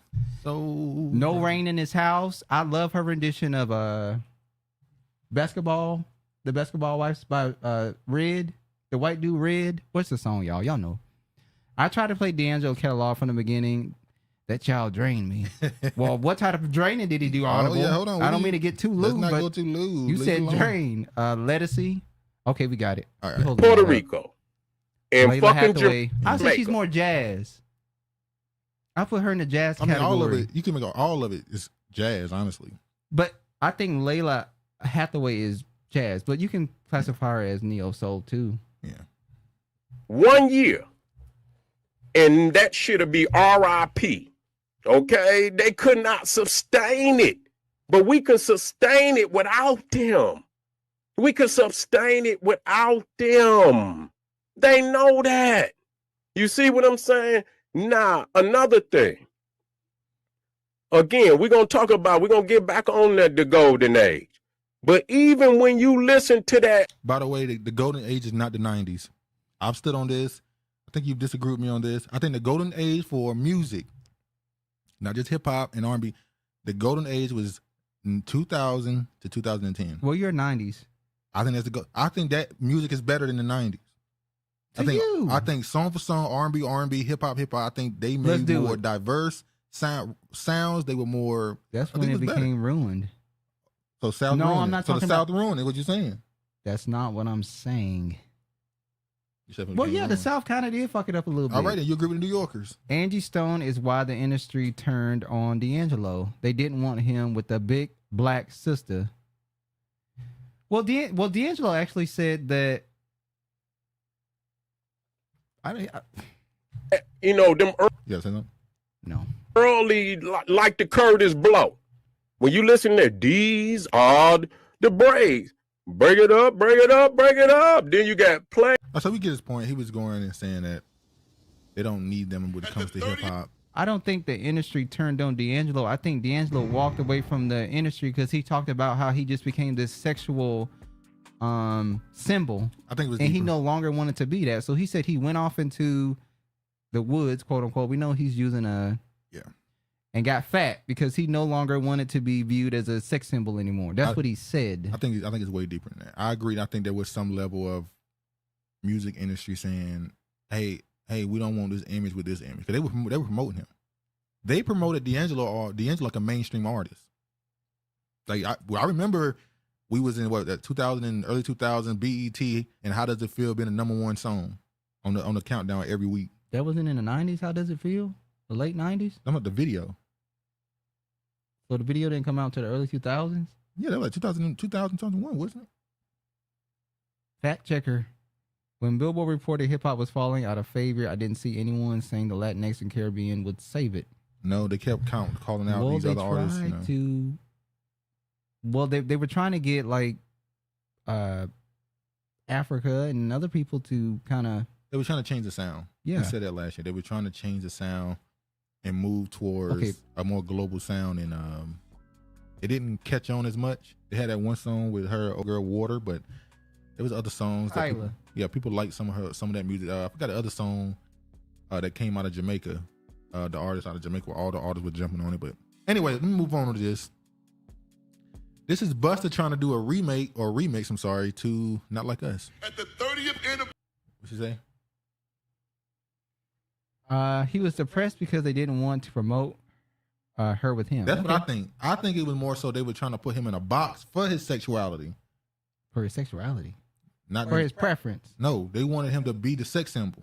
Oh. It wasn't, because you talking about him saying the women was on him. So I think the industry was selling sex through him. And he was selling him as a sex symbol. Yeah, and he was just like, no, I want to make the music. So when he decided not to try to be a sex symbol, they, Untitled, How Does It Feel? Released 2000. Released 2000. Okay. Where you get the 90s from? I just said fact checker. Anyway. At the 30th anniversary of the Essence Festival, calm down. Our first time here, and thank y'all for making us feel like we belong here and we at home. Facts, yeah. But I do want to say this, and I'm going to keep my word. Unless God got another plan. Y'all going to see us again. I promise. One love. One more time, make some noise for Busta Rhymes. Right your door, yeah. Hey. We gonna show nigga how blackout is supposed to feel. I kick up white face off like we're playing soccer. I got that white, you can call it Cindy Lapper. I hope you don't front, you can eat your baby mother. Oh, Essence Fan! So he tried to turn into like a Jamaican Rastafarian reggae. Yeah, he tried to do Jamaican sounds over it. You can't do that. And now it looks like you're trying to turn that into an anthem for Jamaicans. It's just I can go ahead. I can agree with that, Mark Gordon. I think D'Angelo is an introvert preacher's kid who only interested in making music and doesn't care for the extra stuff. I can agree with that. He comes across as an introvert. The culture has spoken. We not fucking with Busta. I'm gonna show this next video to show that it ain't good for him. But do y'all see that picture of Busta maybe a month ago? He was really skinny. It was a video of him walking around. And then 20 days later, he had a pop belly. And people saying that Ozempic and keep it down. It does no good to take Ozempic if you're not going to change your dietary, what you eat. What the fuck is this? Agree, Sienna. Busta is trying to remake Not Like Us. That was a little snippet. He probably going to release it sometime later. Don't tell me then. Oh, God. What if the Not Like Us turned into the Childish Gambinos? I think it is. This Is America. I think there's hold up, because that might be the. When is the last time we saw a song get multiple remixes? I thought the Untitled was released in 1999. I'm talking about the video. I know damn well they didn't release the video the same year as the album, because back then they ain't even how they did business. They you didn't get a video till a year or two later. The same year as the album back then? Huh? They did do that. They never released a. They never released a video. I don't remember any song getting a video released the same year the song was created. You gotta let it go through the radio, get big before you make a video and put a budget in for a video for it. But yeah, anyway, now I want to play this. How old were you? Hey, yo, fuck them camera phones too. Let's get back to interacting like humans. Put them weird ass devices down. I ain't So it was the same year. So the video did come out the same year as the song. Or was that or was she earlier just saying what year the song came out? No, man. Them shits don't control the soul. Fuck your phone. Excuse me, gentlemen. Thank you very much. I will point every last one of y'all out until y'all asses is up. 33 years of doing this shit, I ain't used to niggas sitting down at my show. I don't give a fuck.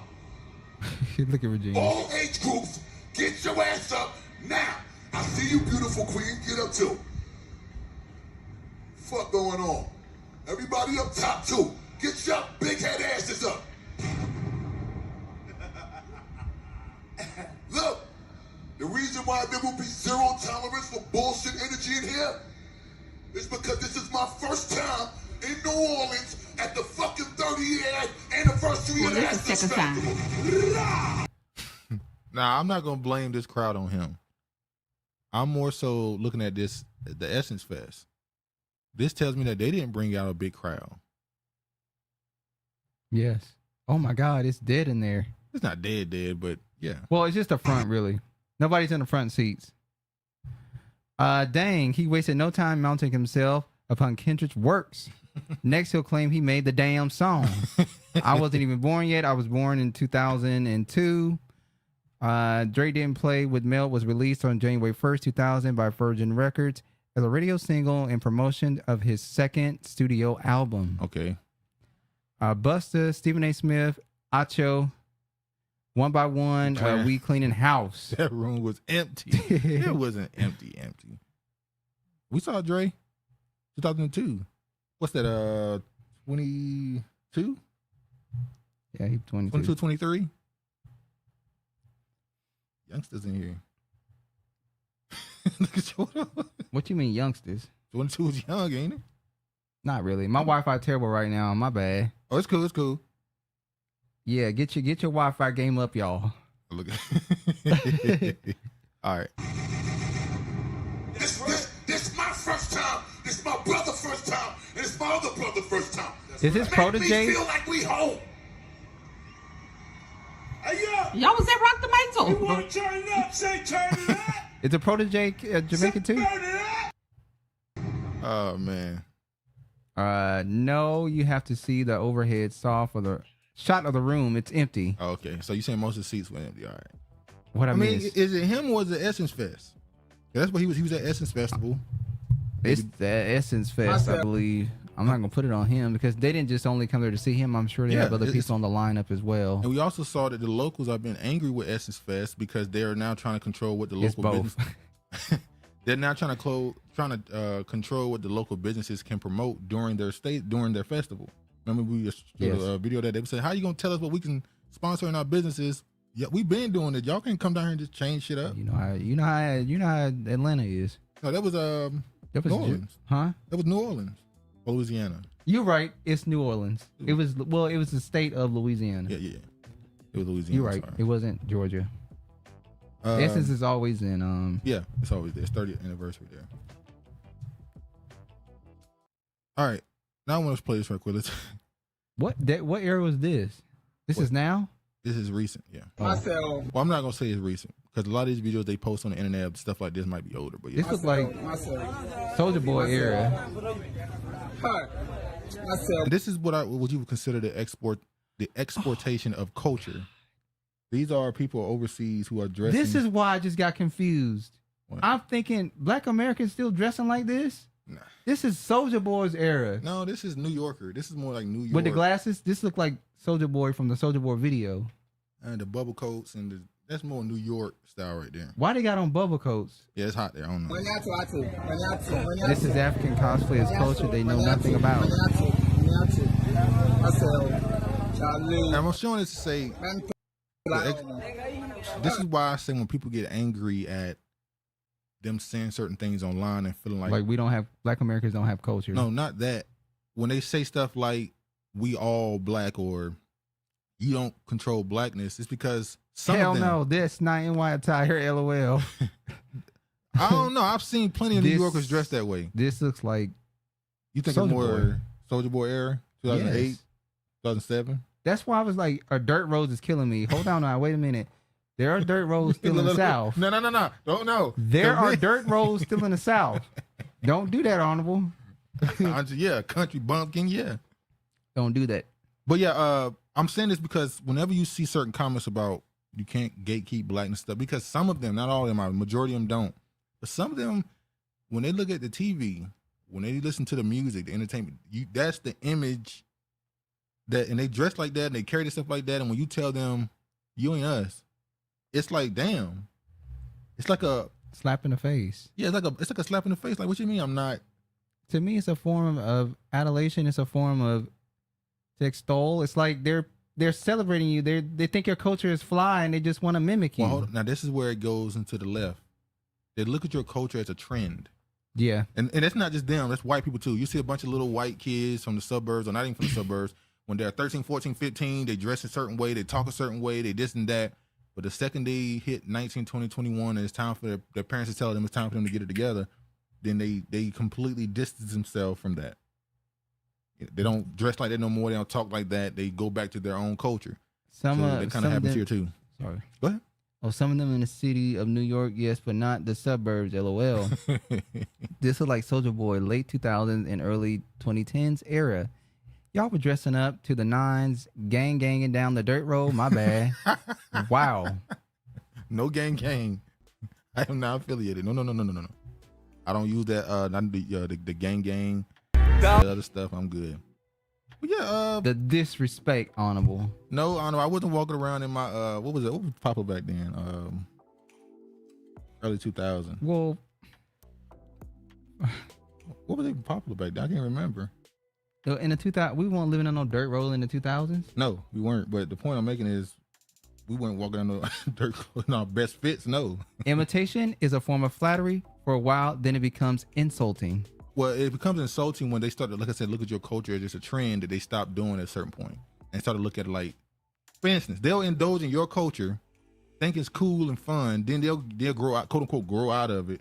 And when you're still participating in your own culture, they'll look at you and say, you still doing that? And it's like, yeah, nigga, this is my culture. This is what I do. This is what we do. What do you mean am I still doing it? That's disrespectful, yeah. I believe the trend narrative, but they don't express that admiration to the U.S. They feel the need to speak down on us to mask their shame of their homeland. Yeah, True Religion. 501's True Religion. Polo shirts. The baggy Absolutely, clothes. Mark. Lord mercy. You know what? I gave away. I had 10 polo shirts in all colors, red, white, blue, blah blah blah, and I just gave it away the other day because I never wear it. Yeah, people. And they were big ass polo shirts, by the way. I haven't worn them in years. Still nice, look brand new. It's like them fat ass shoes.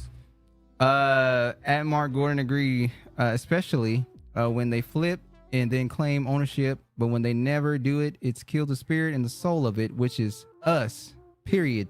And that's when I started to bring his name up. That's what I was saying about Drake, because he came in, wasn't accepted. His whole thing was, I'm gonna burn it down. Then I'm gonna change the image of it to make y'all accept other people you don't like. I'm gonna change the image of it to make me normal in this and it didn't work version of the culture. They didn't grow out of it. Look at the Latinx people. They get stuck in that area and they try to rewrite its history. Well, see, the problem with them, the Spanish or the Latin people, the problem with that is the reason why they start to assume it as their culture. It ain't them indulging in it. They start to look at it as what they're saying right now is we help make this. Like in the comment section on that clip, somebody left the comment section saying, if you're not from New York, then you're not a part of the culture. Like New York is hip hop comes from New York. This is where it started. So if you don't descend from New York or live in New York, then you're not a part of hip hop culture. And that's where, and that's that. No offense, I mean no offense to this. That is the Caribbean African mindset in New York, because a lot of them, not all of them, not most of them, a lot of them are from somewhere else. So they look at they separate themselves. So New York is a melting pot for that. So when they look down south, most of them have no direct ties to that. New York is literally its own country. And it's because of the people there. Because it's such a melting pot, that culture has separated itself from what the root is, which is down south. True. So when a Black American in New York start talking about where they from and stuff, the people who not from there go, "Oh, you from the South? All right, you're separate from us now." True. So anything that's here is for everybody.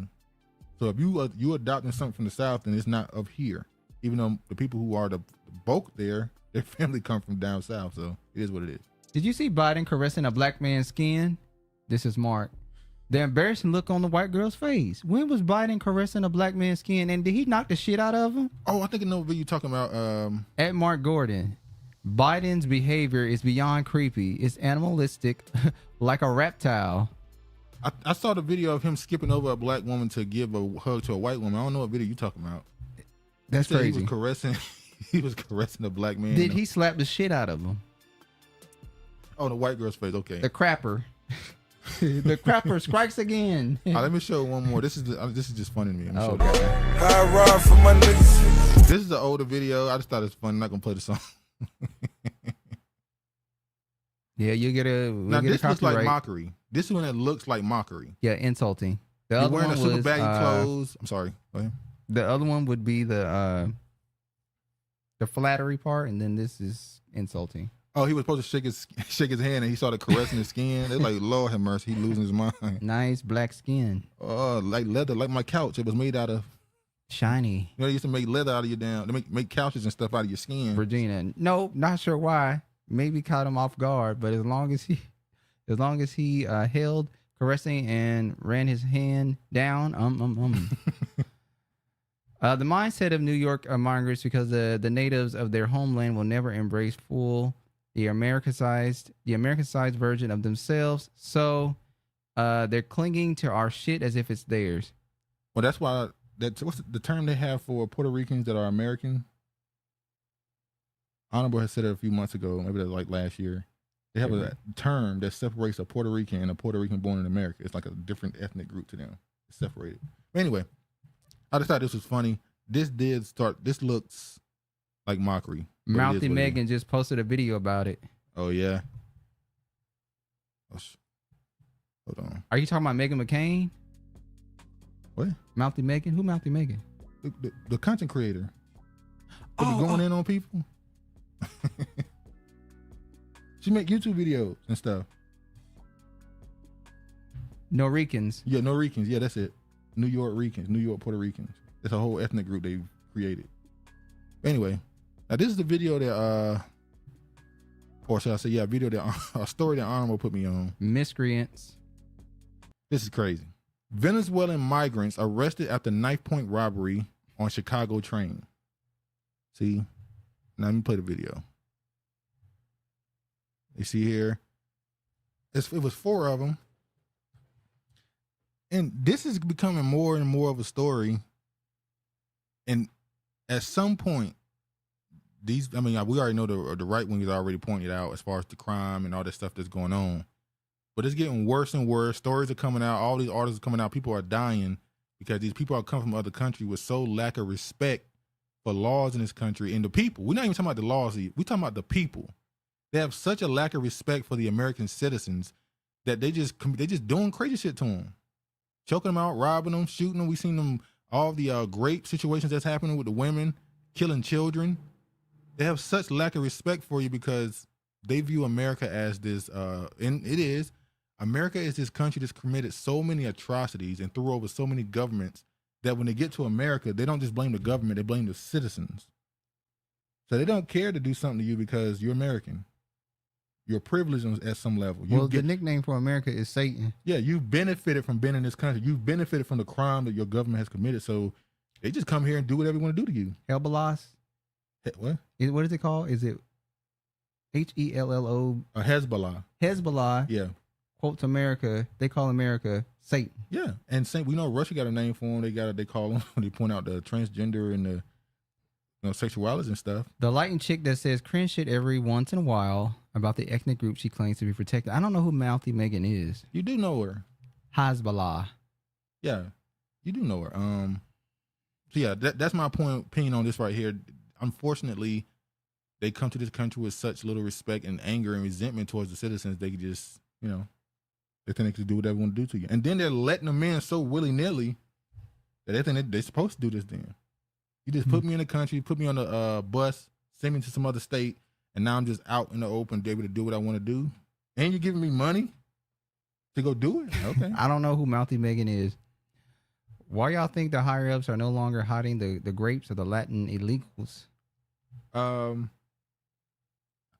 They can't. It's happening too often. Normally when something happens at such a level and you can't hide it anymore, they got to start, it starts leaking through. Basically, you know how they say more women have been assaulted than ever reported? Well, that's kind of the point with this. It's happening way more than it's being reported. It's happening so much, it is what it is. You know her. Yvette made her drop the ADOS tag from her videos. She is a YouTube content creator. You know who she is. She's a shit talker. Last time I seen one of her videos, like last year sometime, we were talking about her. She was going back and forth with people. I don't remember. You do remember. The second I hit the video, you would know who she is, but it don't matter. Irrelevant. But yeah, let me play this video too. 12 hours shift mandatory. To work 12 hours a day, 5 to 6 days a week. That's, Go ahead. She's a talker, and you can tell she ain't never had a real fight. That don't give no one time to do anything. I can't even go and pay a bill, or take care of my personal, because of the hours and the days. I go to work at 2 a.m., get off at 2 p.m., go home at about 3. I'm sleeping at about 5 or 6. I got to get back up the next day, the next night to go back to work. So pretty much it's, do better. It was pretty much when I first got there and everything, it was more like 90-10. It was 90% Mexican, 10% black, if that. It was mainly the Mexicans getting all the hours and the days, Now the 90% racial workers, pretty much 90% black and 10% Mexican. So this job, it was 90-10 non-black until they deported. They got rid of a whole bunch of people, and now the people illegals are doing most of the. So now that they got rid of them, it's 90-10 black people again. So that means you just bringing in a whole bunch of people to just take these people's jobs, and this goes back to the whole black jobs conversation. What is black jobs? Well, according to her, it was this. A lot of them didn't speak a bit of English. A lick of English. And I'm trying to figure out how could you come into a place, or how could you come into, the United States without being able to speak English? That, and on top of that, in the company, it's Spanish first and then English, and it's like they putting English secondary. When I don't understand that. It's caused a lot of problems because, see, like I said, the communication, there was no communication. And like I said, those that did speak English, they claim they don't speak English and they didn't want to translate, so a lot of times we got mixed communication, They'll tell me they said one thing when they said another. The Mexicans. That was intentional. Yeah, 100%. They want you to become bilingual. Hold on, play this first 10 seconds again. Hold on. It's 12 hours shift mandatory. To work 12 hours a day, 5 to... Yeah, they didn't say the name of the... That's overtime. Yeah, they didn't say the name of the job at the beginning. Go ahead. How can you work 12 hours a day for 5 days a week? You're only supposed to work 40 hours a week. Yeah, you can with 40. Yeah, I'm just saying, you can, but overtime kicks in after 40 hours. I mean, Where's she working? Normally, if you work 12 hours a day, it's only 4 days a week you work. You have on 4, off 3. Well, she clearly got a job where it's not like that. Spanish first. That drives me crazy to hear. Press 1 for English, so that this job will have to kill me. Yeah, why am I pressing 1? That should be the standard English. I should have to press a number if it's not English. But yeah, so that's the stolen jobs. Well, no, that's what they do when you call places now. They'll say press. Sometimes they do that. No, I'm saying it's always that should be the standard. I'm saying. All right, let me run through this right quick. Latinos represent nearly a third of new HIV diagnoses in the U.S. CDC data shows.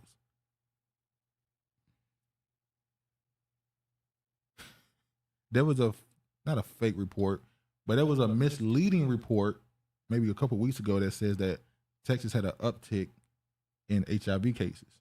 And people was like, this is not real. These numbers were misleading. This is not what the data is saying. But now, a couple of days later, this comes out. But the person they showed them is a Afro Latino. And that's kind of the point. I'm wondering.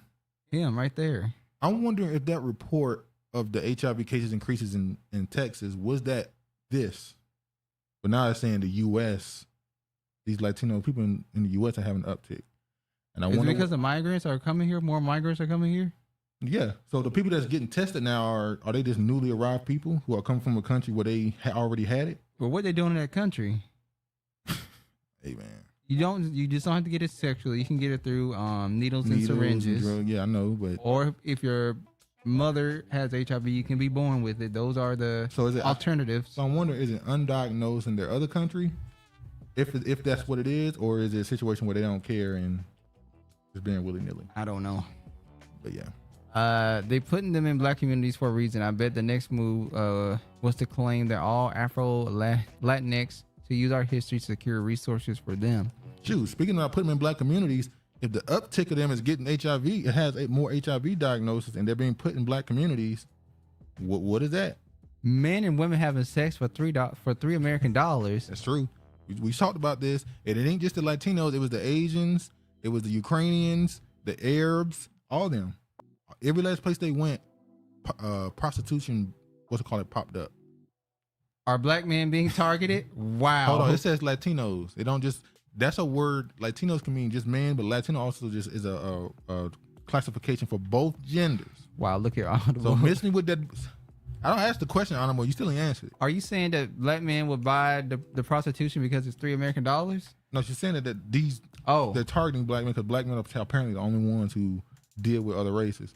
Honorable, why do black women have 1 million more children? I asked you that question like a month ago. You never gave me an answer. I don't remember you giving me an answer. Maybe Take that being targeted was cheap sex. Oh my God. Anyway, let me move forward. And I want to show this. Oh. I'm glad they kept it too. 1 million children. No, it ain't. They have more children than black men. So even a black woman with children with multiple men and a black man with multiple kids, it's still just counting the children. They have 1 million plus more children than black men. Who are the fathers? Now I want to show this right quick. 1 million children with black men. That ain't. But NBC Black is a thing that was created. NBC created an offshoot to just focus on quote unquote black news. That's weird. I don't think it's weird. Why do they keep pandering to black audiences? We know do you why. need to have an NBC Black? I mean, it exists. It says stories, issues, and opinions for the African American experience. If you black, do you care about anything that doesn't affect? I mean, I still care about certain things. There are certain topics that, yes, I still care about. But I also want a central place that I know I'm going to get stuff. And you want it from NBC. It's not just NBC. All of them do it. Who else does it? CBS has it. They don't have it named like this, like CBS. That's just straight out black, like NBC Black. Yeah, it's a category. You can just get the black news. How is that a problem? But anyway, I just want to show this one thing. It's for black people, but look at this. Coming from that network, it is. But look at this. Why is there a Latino story? So then it's not black then. If you would have let me get to the point, you would have already been able to talk shit about it. Because I already knew where this bullshit was going. You didn't even have to tell me. I knew where it was going. Why is there Latino stories in NBC Black News? Because that black and brown shit. Go ahead. even if few black men, it's still with black men. I'm an honorable. The bulk of the children black women have are with black men. There's definitely some via interracial, interrelating, but the bulk is with the brethren. Agreed. I'm not saying it isn't. I'm saying the numbers show there's 1 million they have 1 million more children. That they are only. So you're saying the black woman has 1 million more children than the black man does? Yes. So that's a lot of breeding outside of the black race. That's the only point I made. So when she made the joke about them black men messing with these non-black people coming to this country it's like actually the only race of men who have more children than their women is white and Spanish. The only race of women that have more children than their men is black women. So it seems like the children that black women are having outside of black men is with white and Spanish men. That's what the numbers say. I haven't seen that statistic, so I can't validate the story. Speaking of Spanish, this is a story now. Do those stats you're quoting do separate black women amongst their races? You mean like Afro-Latinos? It's black. I'm being honest. Afro-Latino, immigrant, black American. That's a good point. The numbers is about people who consider themselves black, who mark black. So now you got to walk it back. No, I don't. Because that means the people who consider mark themselves black is already accounted for. People who don't consider themselves black ain't black. So, but those who may not be black are calling themselves black, though. That doesn't weigh in anything for you. That doesn't make you. So a Spanish woman who's lying, quote unquote, about being black, it's not about black American. It's about race. But that doesn't count towards the stat for black you can have children. Jamaicans, Nigerians, they black. They consider themselves black. But by you saying that, they're automatically think you're talking about black American women. I didn't say black American women. So why bring up the topic about that? She just made she made the joke. No, and then you try to throw a jab and say, and I used another joke. Yeah, it's not a joke. It's a stat, but a jab, not a joke, a jab. It wasn't being a negative. It was just like, hey man, you're saying that joke, but the numbers say this. That's all it's saying. Anyway, go ahead. Those number ones explored to show patterns of adult black men impregnating young women. Do you really want to explore that topic? Go further.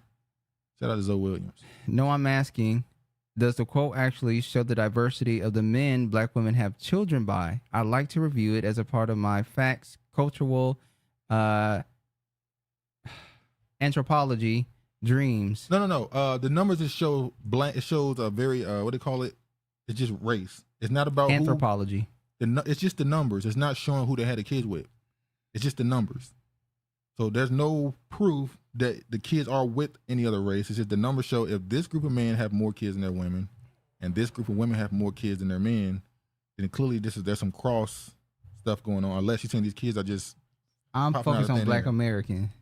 Can we get the statistics based on black American women? We're not talking about black as in a whole, as in a race. We're talking about specifically black American women. Are they the ones that have these 1 million children outside of race? It just says black. Because if that is the case, they can't come back. It's bad, ain't it? Once they produce these strangers, they got to go be with them. Mm-hmm. Oh, yeah. Oh, you just being petty. Tit for tat with honorable. Is that it? Yes, that's what he's doing. I just said that. I'm not trying to actually talk shit. I was literally just sending a taking a jab. See, she sent a shot at black men to fucking $3 hookers, men and women. So I'm like, hey, well, who having the kids? That's all I said. I'm just shit talking. Damn. Anyway, Ryan Garcia expelled by WBC after using racial slurs in live stream.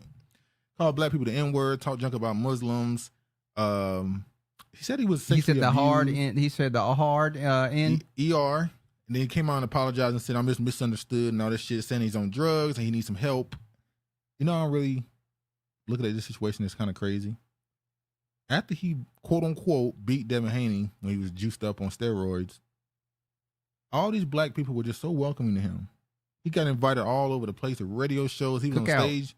He was on stage at hip hop shows. He was doing rap songs. He was on every podcast, getting hugs and. Is it because of their perception of Devin Haney? That's why they were welcoming to him. What you mean, the perception? Well, you know they make the jokes calling him pillow hands. No, that's just boxing talk. And isn't he from the suburbs too? Huh? Isn't he from the suburbs? Yeah, Ryan is too. Ryan is a Mexican. Ryan Garcia was pushed. No, it's still wrong. If whether he said it with an A or an R, I'm just trying to specify. Did he say with the A or the ER? Both is wrong, Mark. Ryan Garcia came into boxing as the new De La Hoya, the pretty boy Mexican American who's you the one that call him a pretty boy. No, that's literally what his tagline. They literally called him pretty boy. Well, they were trying to copy the Floyd name with that, but yeah, the Mexican American with the little curl like Superman at the front. All he did was throw some gel on it. Yeah, he was promoted as the new De La Hoya, left hook. He literally was everything about him mimicked. We gonna get to it, Dricky. Everything about him mimicked De La Hoya, and it's funny because De La Hoya is associated with, sticking. He's associated with that allegation that Honorable threw on the men and women. Allegation that Honorable threw on the black man. Yeah, so he's known. He's a hooker. He's known for dressing up in fishnets with gloves on and fish pumps. He's known for putting kitchen utensils up his ass. Some weird shit going on with him, right? So it's funny that Ryan Garcia seemed to be having the same substance abuse problem as De La Hoya, considering coming in that was supposed to be the person he's supposed to follow behind. But he said I love everyone, I'm sorry.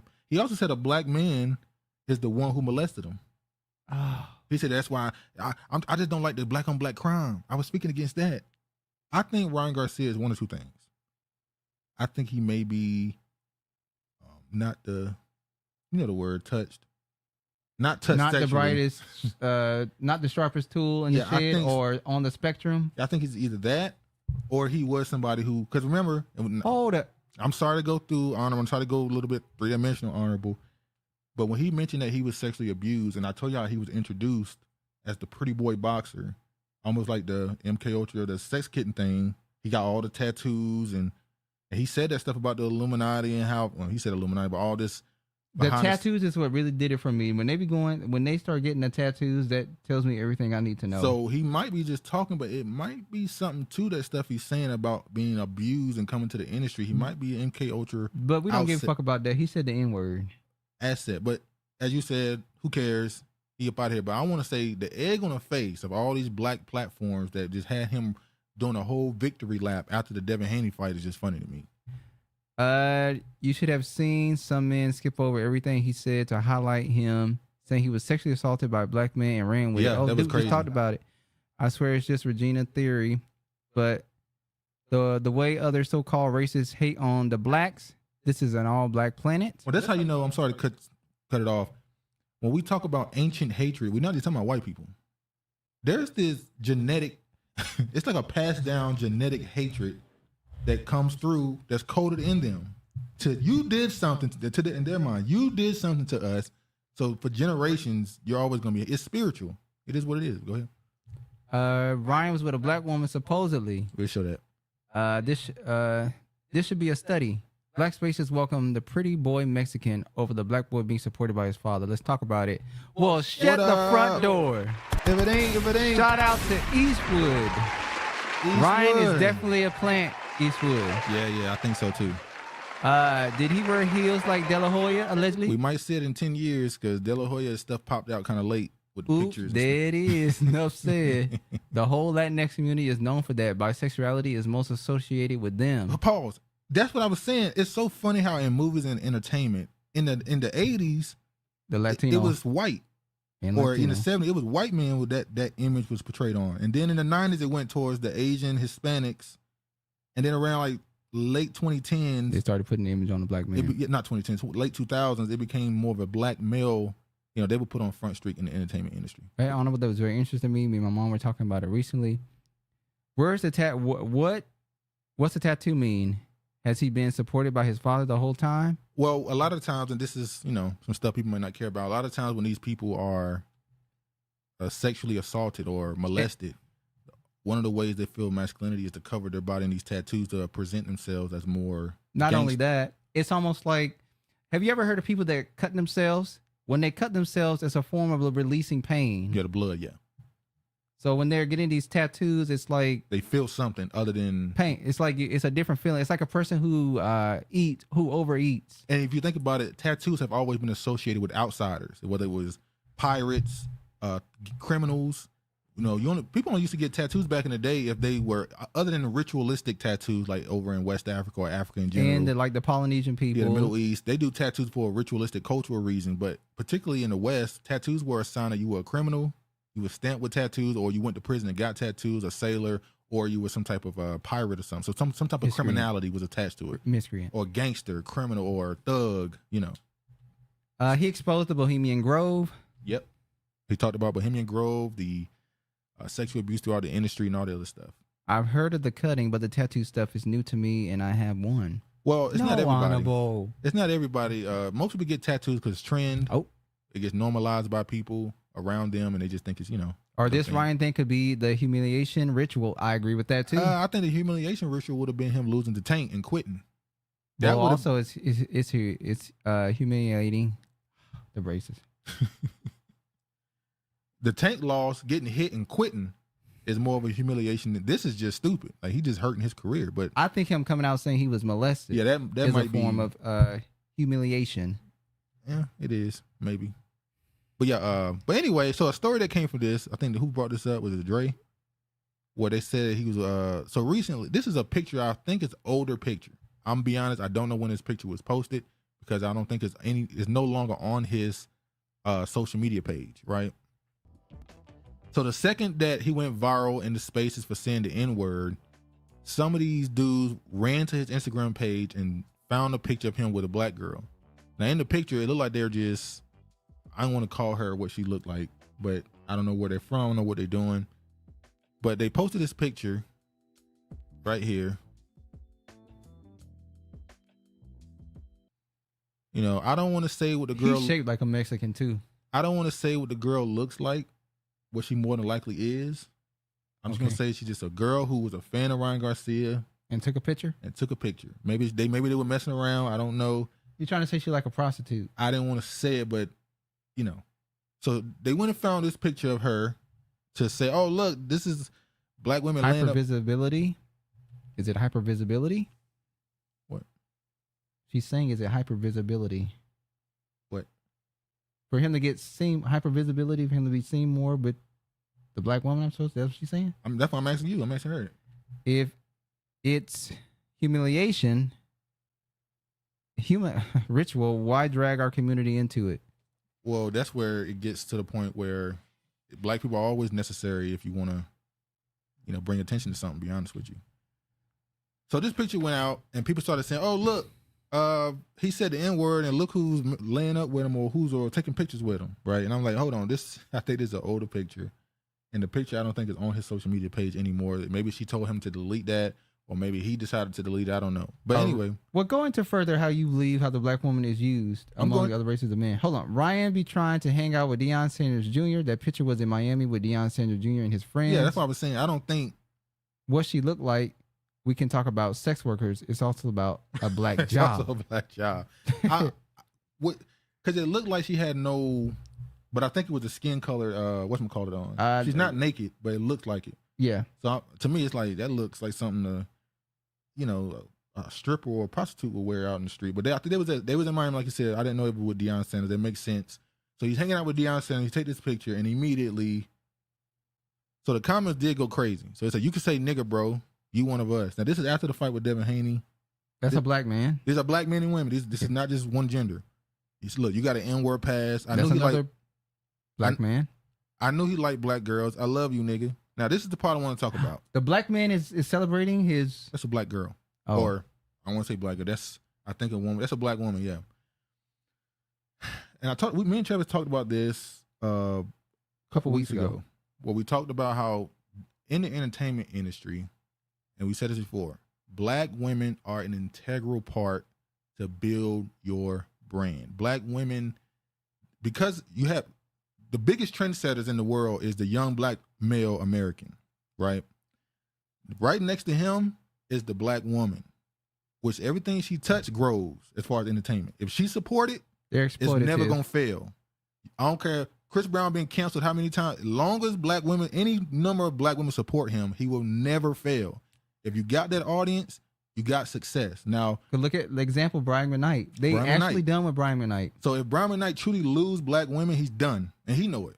So I wouldn't be surprised in the next coming months he come out and. That's why I always say y'all have the power to either propel these black male celebrities, singers, whatever industry they're in, or y'all could be their downfall. So if R. Kelly is where exactly.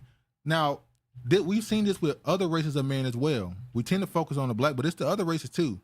Sometimes as a black man, you don't want to see this stuff because it looks corny, it look cringe in public that black women do this to make themselves look a certain way. They embarrass themselves like this.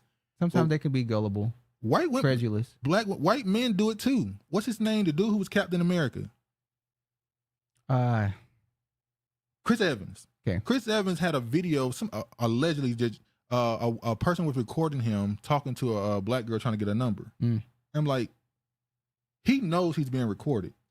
Even if he never dates a black woman publicly, I showed y'all that I'm interested.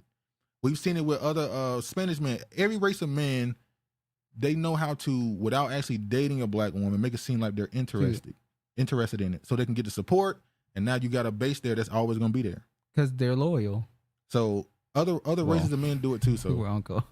Go ahead. So don't wear fresh tone bathing suits. You'll be accused of being a sex worker. Well, you shouldn't be really dressed like that anyway, Honorable Sienna, if you can keep it a buck. Everyone black profile across social media ain't African Americans. Take R. Kelly out of the topic.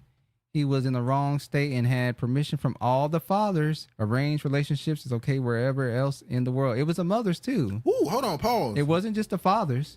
Hold on, pause. Honorable. I'm surprised at that take from you. That's a very strong take that a lot of people do not want to admit. You know, Africa, I don't want to say Africa. I know it's a continent. I know people get mad when you say Africa. Like, that's a continent. A country in Africa just passed a law to stop child marriage. Now, in the West, we say, yeah, shouldn't no 40-year-old man be dating no 13-year-old girl? Yeah. Because that's immediately what you think of when you think of child marriage. Well, what they're talking about also is a 15-year-old boy marrying a 15, 14-year-old girl. That's not allowed either no more.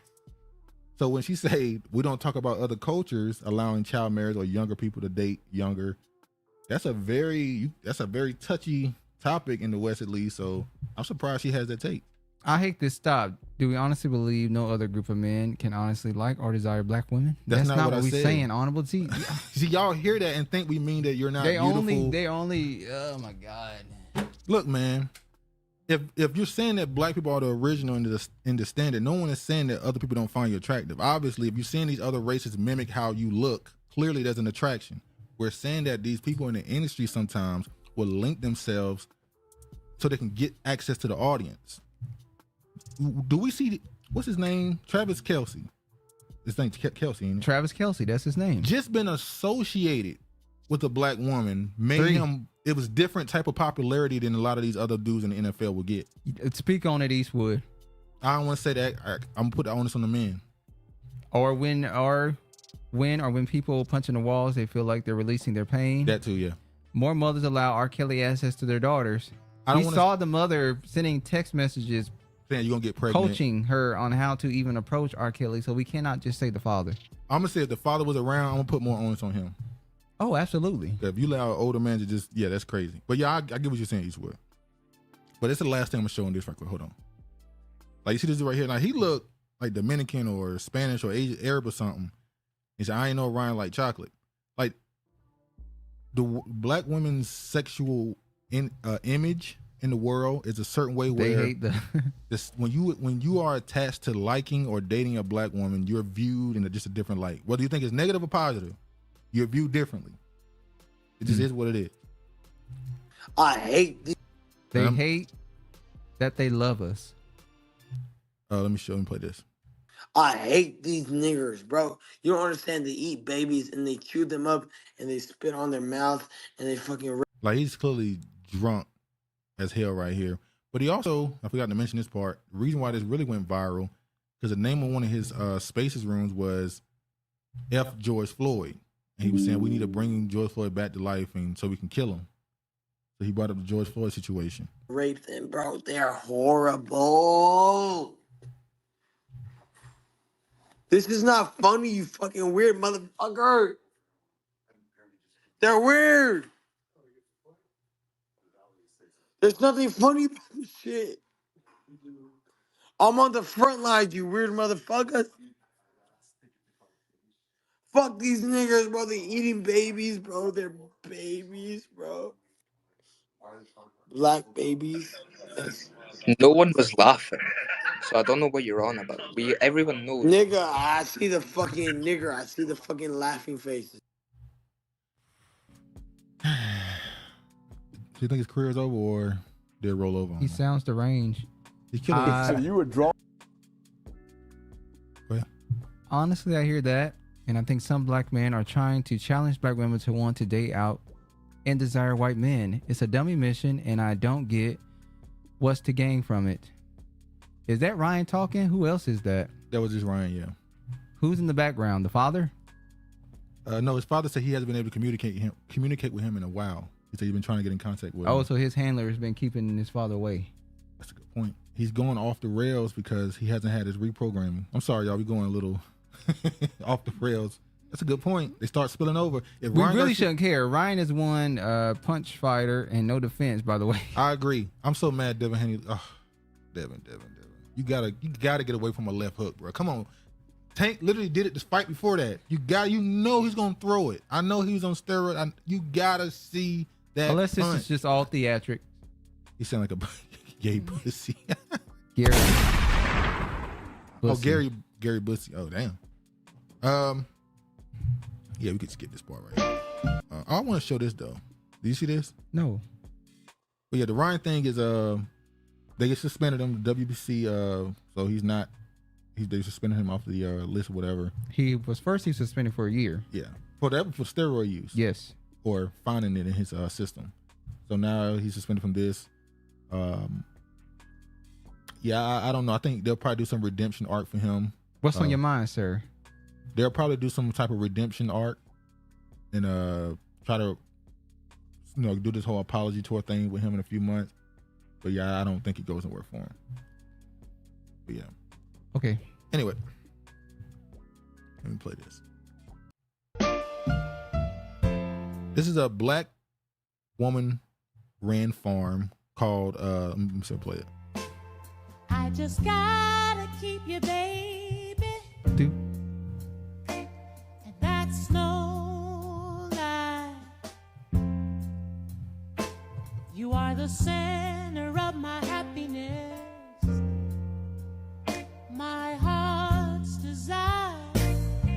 That's a nice little slow jam. So the name of their farm is Green Heifer. Green Heifer. Wow. I just would have shit. I thought Bunch it was of funny. cows out there. Hey, get your green thumbs going. Bunch of cows out there farming. I'm hoping. Remember that land that was purchased in Atlanta by that black group, and they was building property on that land, homes and stuff. They were trying to do like a farming. What do they call it? Community farming? Yeah, type thing. I hope they able to finish that in Atlanta too. That's another one put to come. But yeah. Can we put Ryan Garcia in the same bucket with Black Lives Matter and Biden? Yep. Yeah. Yep, it was me. He'll be welcome back in those black spaces. They'll help him repair his image. Oh, You yeah. have people defending him. That's why I said he's gonna go on an apology tour. People making excuses. Oh, he's sick. He's drinking. He needs help. And it's no, I like that song too. Yes, we can. Oh, that's the Obama slogan. Yes, we can. I can't believe I voted for him his first term. Hey man, it wasn't. I didn't even want to do it. I was forced into doing it. Oh yeah, I remember when held at gunpoint. I remember doing the 2008 and 2012 elections, especially. If you were walking through a mall or walking through a grocery store or something, outside of that store, you would see some young or an older black woman. And if you walk past them, they go, "You don't want to vote for a black man?" And if you go, "No, I'm trying to go shop," they'll talk. Plenty of people got stories of them talking crazy to people who walk past them. But yeah. Anyway, let me show this. All right, quick and run through this type of stuff. Middle East preparing for war. Arab states anticipate coming escalation. Former IDF officer says. So you see, Netanyahu said that we're prepared to fight on multiple fronts. Yeah, he said they're going to obliterate them. Now that that who else said they're prepared to fight on multiple fronts, right? Who? Hitler. That's like lost. He had to fight multiple countries at the same time. Although I'm be honest, if them other countries didn't jump in, He might would have won. Yeah, they lucky the other countries jumped in on his tail. They had to jump him. They did. It was crazy. Has Stephen A. Smith spoken on Ryan topic? How did OJ on BET outshine this? Well, yeah, you're right. I think this happened around the same time. Because No. This happened a few days. This happened like a day later. I'm ready to see this battle. It needs to hurry up and happen. I agree. She want the Oh, no. No, they said all of them. Turkey, the Turkish president. Lebanese. Lebanon. Lebanon. The Turkey or Turkish Iran. leader. He came out and said, hey. They so disrespectful. They still don't spell the name. How they want to spell it. Turkey. Like they've changed how they. Yeah. Somebody was interviewed on past Sunday at 103 FM to address the IDF's ongoing battle against Hamas in Gaza and the potential for an all-out war with Hezbollah in Lebanon. That's how you brought up. I think Hamas is making several important events in the coming days or weeks. The most important thing above all tactical events and eliminations is that I think Hamas is aiming to reach a state of real war between Israel and Hezbollah. The Middle East is preparing for war. From Hamas' perspective, this is what we will get it out of the situation in Gaza. From Hamas's point of view, a war with Hezbollah will end the IDF's military action in Gaza on Hamas's terms. For Hamas, a war with Hezbollah will flank Israel from the north as well. So they're saying that Hamas or Gaza, they want them to battle with other people so that you can't just focus on us now. You're going to be spread out. Exactly. Hezbollah will kick their ass. And Hezbollah in Lebanon, they're not just ganged up with each other. They're spread out throughout the southern border. Yeah. So they're going to have to attack from different. So. The United States is saying that they're not going to intervene, but they're not, Yeah, they're being very vague. They're saying that they're not going to get involved, but they're not going to stop it. Yeah, behind the scenes. Yeah, publicly they're saying we're not going to stop it from happening, but we're not going to get involved with it. We're not support it. We're not going to get involved, but we're going to, if it happens, bullshit. I want to see the hardest working people of all the world's history battle it out. She's talking about the tiny hats. The tiny hats. Israel seeking to use Elon Musk's Starlink. Starlink in case of all-out war with Hezbollah report. So with this, remember Elon started allowing Ukraine to use Starlink. I was about to say it was Ukraine. Yeah. And Russia said, hey, Elon, we got you on the hit list.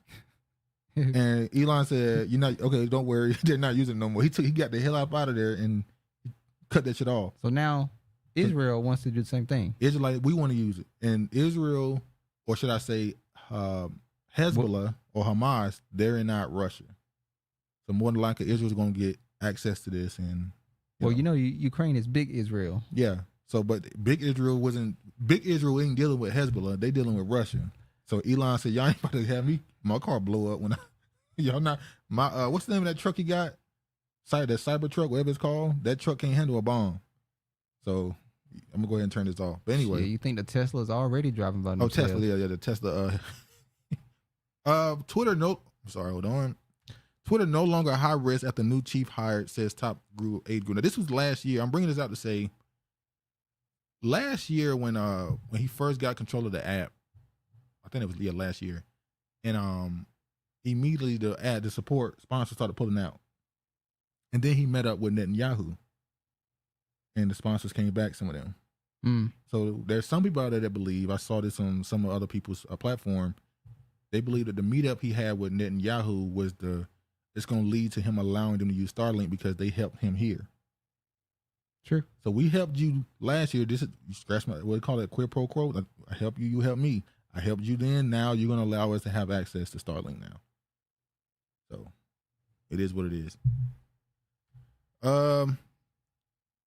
Speaking of more war, world headed for food wars, warns major commodities trader. Protectionist policies are exacerbating inflation. The world is headed for food wars as geopolitical tensions and climate change push countries into conflict over waning supplies, said one of the world's largest agricultural commodity traders. We have fought many wars over oil. We will fight bigger wars over food and water. Chief executive said a Singapore-based agricultural trading house. Speaking at the Redburn Atlantic and Rothschild Consumer Conference last week, he warned that trade-based barrier imposed by governments seeking to shore up domestic food stocks has exacerbated food inflation. to me, this comes off more like a plan than a prediction. It ain't gonna be. Sorry, it ain't gonna be food. It ain't gonna be food wars because there's no food. It's gonna be food wars because y'all are purposely lowering the amount of food available. They're purposely sabotaging the food source. market. We talked about this 2 years ago when they was blowing up all this food farms and stuff in America. So when this article, Singapore knows nothing about food. So when this article came, what came to mind me was the Henry Kissinger quote. Yeah. Who controls the food supply controls the people. Who controls the energy can control the whole continent. Yeah. Who controls the money can control the world. Exactly. So this is what this is all about. It's a three-pronged play going on with the money system, the food system, and they've been talking about in America the last 4 years that there's going to be a power outage.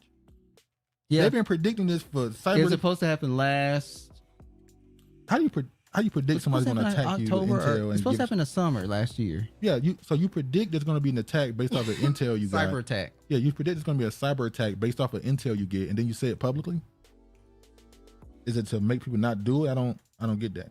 But yeah, it's almost like they're getting you prepared for it to come by keep telling you it's coming. So Russia is the biggest producer of fertilizer. Yeah, You know the U.S. spent 1.5 billion last year. Mm-hmm. So Europe and America are trying to decouple themselves from Russia's economy. They don't want to contribute no money to their economy, so they want to go back to creating their own fertilizer, which we do it, but we don't do it because of the energy sources. We don't want to use non-renewable energy sources because they're trying to ban it. That's why 2 years when the Ukraine thing first kicked off, especially a couple months in, people were saying that America was purposely antagonizing Russia to do this to Europe because it's hurting Europe. Yeah. Energy, food, fertilizer, it's hurting them the most. It ain't really affecting America as much. It's affecting them, but not as much as Europe is being affected. And then right now. the U.S. is planning on putting more sanctions on the fertilizer. So the fertilizer import, they're planning on putting more sanctions. Russia is the largest producer of wheat first, then fertilizer. That is true. Now, what the craziest part about that is, what did you say? I forgot what I was about to say. The sanctions? Oh, there's conflicting reports the last couple of years that Russia's economy has grown. Then you hear from the American media or Western media that it's shrunk or it's been impacted them negatively. So I don't know. They say their economy has actually grown. They're actually benefiting from all this stuff they're doing. Yeah, they didn't hurt them. They're having all these sanctions put on them. So I don't know. But yeah. But see, the problem is they will look bad if they go back to start using these same energies that they claim is killing the environment and cows is farting in the air and all this shit. It's funny you bring up the cows because Denmark, to charge farmers 100 euros a cow and first carbon tax on our agriculture. That's crazy. You remember they said they're going to start giving the animals their own allowance, money? When are they going to start doing that? The money system for animals, yeah. When are they going to start having a money system for animals? This is always, like we keep saying, this is about getting rid of certain animals and food sources. They want to shrink your food source. If you've ever been in a plane and you fly over the United States, there is so much open land, farmland. It's like, bro, y'all have more than enough space to create more food. You just don't want to do it. The population is not growing too fast. This world it can't be that many people on the earth when you can literally go to cities and countries there. And there's nobody there. Now, it's not like China where they literally packed and stacked on top of one another. Well, see, that's the thing. People are just bunched up in certain spots throughout. Even here in America. Like if you look at if you get a map in America of where the populations are, once you get past the Midwest, the West is damn near empty still. They've been trying to fill the West up. Middle of America. Yeah, they've been trying to fill the West up since they did the migration for the white people when they would give them all that money to move west. It's still not even slightly impacting the population over there as far as facts. We have ton of open area to farm. Like I don't believe in the over pop hype either. This planet can hold way more people. These are the higher ups, these rich billionaire, trillionaire people who simply don't want you, what they call useless breathers around. Well, you know, they trying to. There's a narrative, that there are 500,000 angels that fail, and these 500,000 angels only want 500,000 people on the planet because they want to insert themselves into them. The stone in Atlanta that has it encrypted saying 500,000 will be the population. So and that shit got struck down. Somebody and the other one. So who destroyed these monuments? I wonder. What's really crazy is you're telling a Most High that he don't know what he doing. He's overpopulating the present. He literally told you, go forth and be fruitful and multiply. He is never said that's too many. omnipotent, omniscient, and omnipresent. He knows all, so he knows what he's doing. So you were told to go keep having babies, and there's too many of us now. He said, "Be fruitful and multiply." Well, yeah. Replenish the earth. And to the people who don't believe that, every population on the planet, every quote unquote animal, their instinct literally is to grow. So if you want to go the non-spiritual religious route, scientifically, every animal is programmed to create more of themselves. I can't hear nothing. You would, Honorable. This ain't your bag. You can't tell the land in the West. The soil is too rocky and the weather is not supportive for crops. I don't agree with that. We just saw China literally turn a desert into farmland. These are families that own 1,000 of acres of land. Exactly. So you know what shout out to Uriah, UBTV. Mm. He has the same theory that I always had. I think, because they say California was not connected to the continent. It was separate. When it shifted, then it became connected. I think that whole area was the ocean. That's why it looked the way it looked. It's rocky. It looks like water was supposed to be there. It's like something's weird. I disagree. I think the Earth looks the way it always looked to me. I don't believe in that one continent theory and then there was an earthquake. I'm not talking about the one continent theory. I think that land masses change due to weather. Floods and yeah. I do think the Earth is not exactly the same shape, but I don't know if it was always. This idea came from them people. China bioengineered crops. You see the ice cream where they literally lit the ice cream on fire and the shit didn't even melt?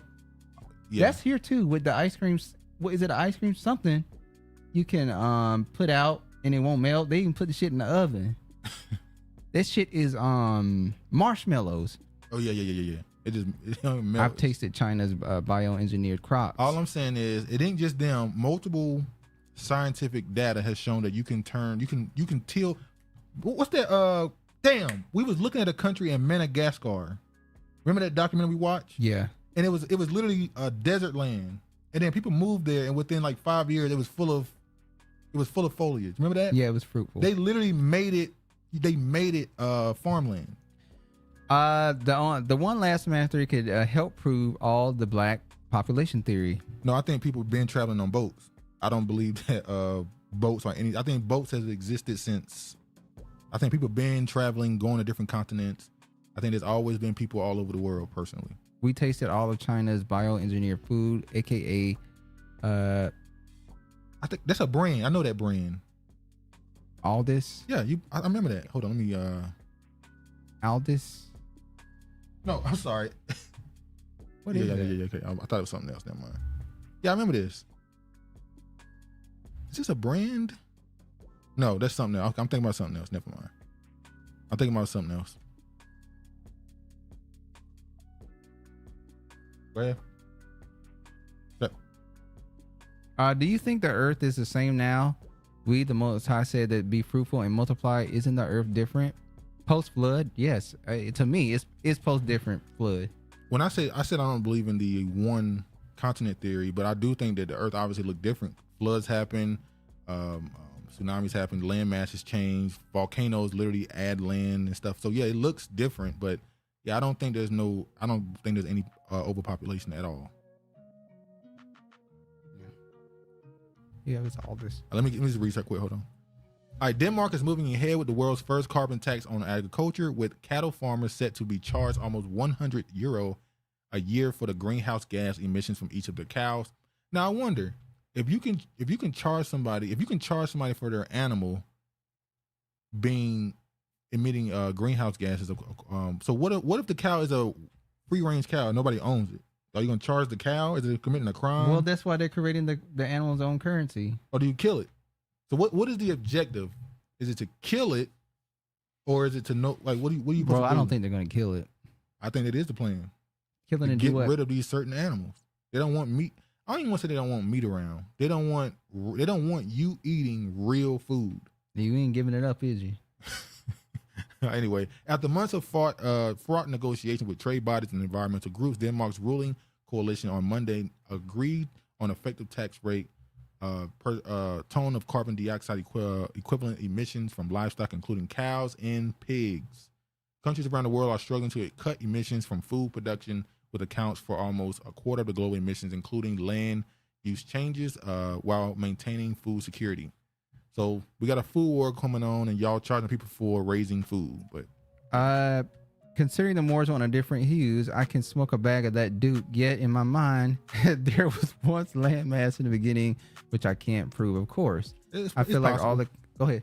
I feel like all the continents were connected, but there was lots of kingdoms. Even if we were separated, Pangea was one of the continents before the younger Dyrus.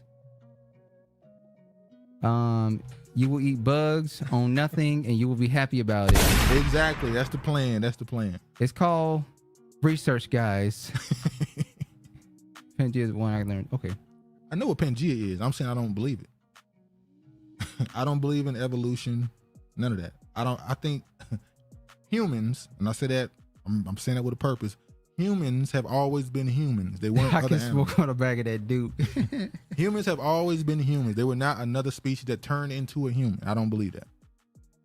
Most of the stuff they said about that have been a lie anyway. How they track this aging process, all that stuff has been, to me, these bones are 1 million years old. And then they'll tell you something that's this amount of years old, and then they'll come back. Oh, it's actually 100,000 more years added to that.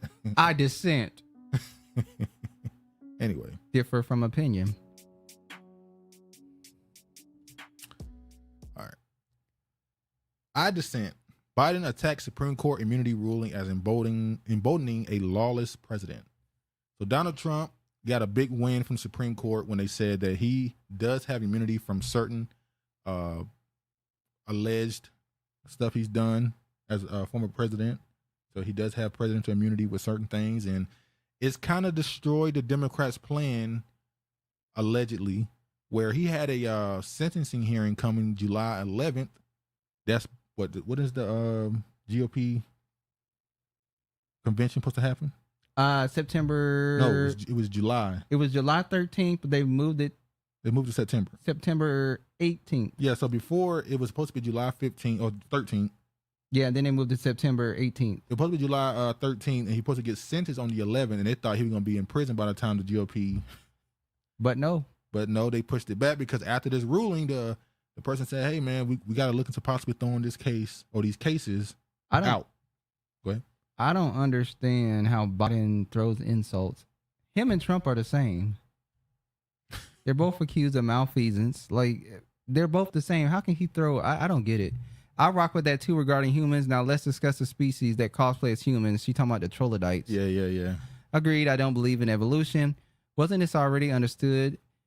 Is there now a list of crimes the president can do? No, I think they're saying that he's immune from certain what do they call it? Like, for instance, as a president, there's certain things I can do because I'm doing it in the authority of being the president of the United States, and it might have something to do with national security. Autonomy? I don't think about that. I don't think it's that. But what I'm doing may affect and benefit us as far as national security. So I'm allowed to do this for this reason. You can't charge me with something because I did it acting as president. So yeah. The presidency is the most powerful office in the world. It's an office that not only tests your judgment, perhaps even more importantly, it's an office that tests your character. Because you not only face moments when you need the courage to exercise the full power of the presidency, you also face moments where you need the wisdom to respect the limits of the power of the office of the presidency. So he went on a whole rant about how this is not beneficial to the country and how Trump is getting away with crimes and all this other stuff. So I'm going to jump ahead. The same person, Travis, Americans can do better, or can we? It's over. Bobby Herman, the circle is always. Trump will be the next president. Who cares? So telling people to overstate the office isn't covered.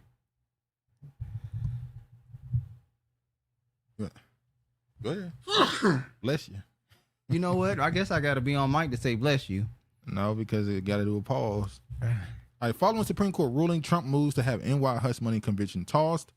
As we already said, they pushed back some of these cases. They pushed back the GOP convention, not convention, I'm sorry. They pushed back the case sentencing from the 11th to the 28th. The GOP convention is still the 13th or 15th, whatever it is. We move forward. Judge in Trump's former President Donald Trump's Judge in Trump's criminal hush money case postponed sentencing to September 18th. We already talked about that. And this right here, Thomas uses Trump immunity ruling to question Jack Smith appointment.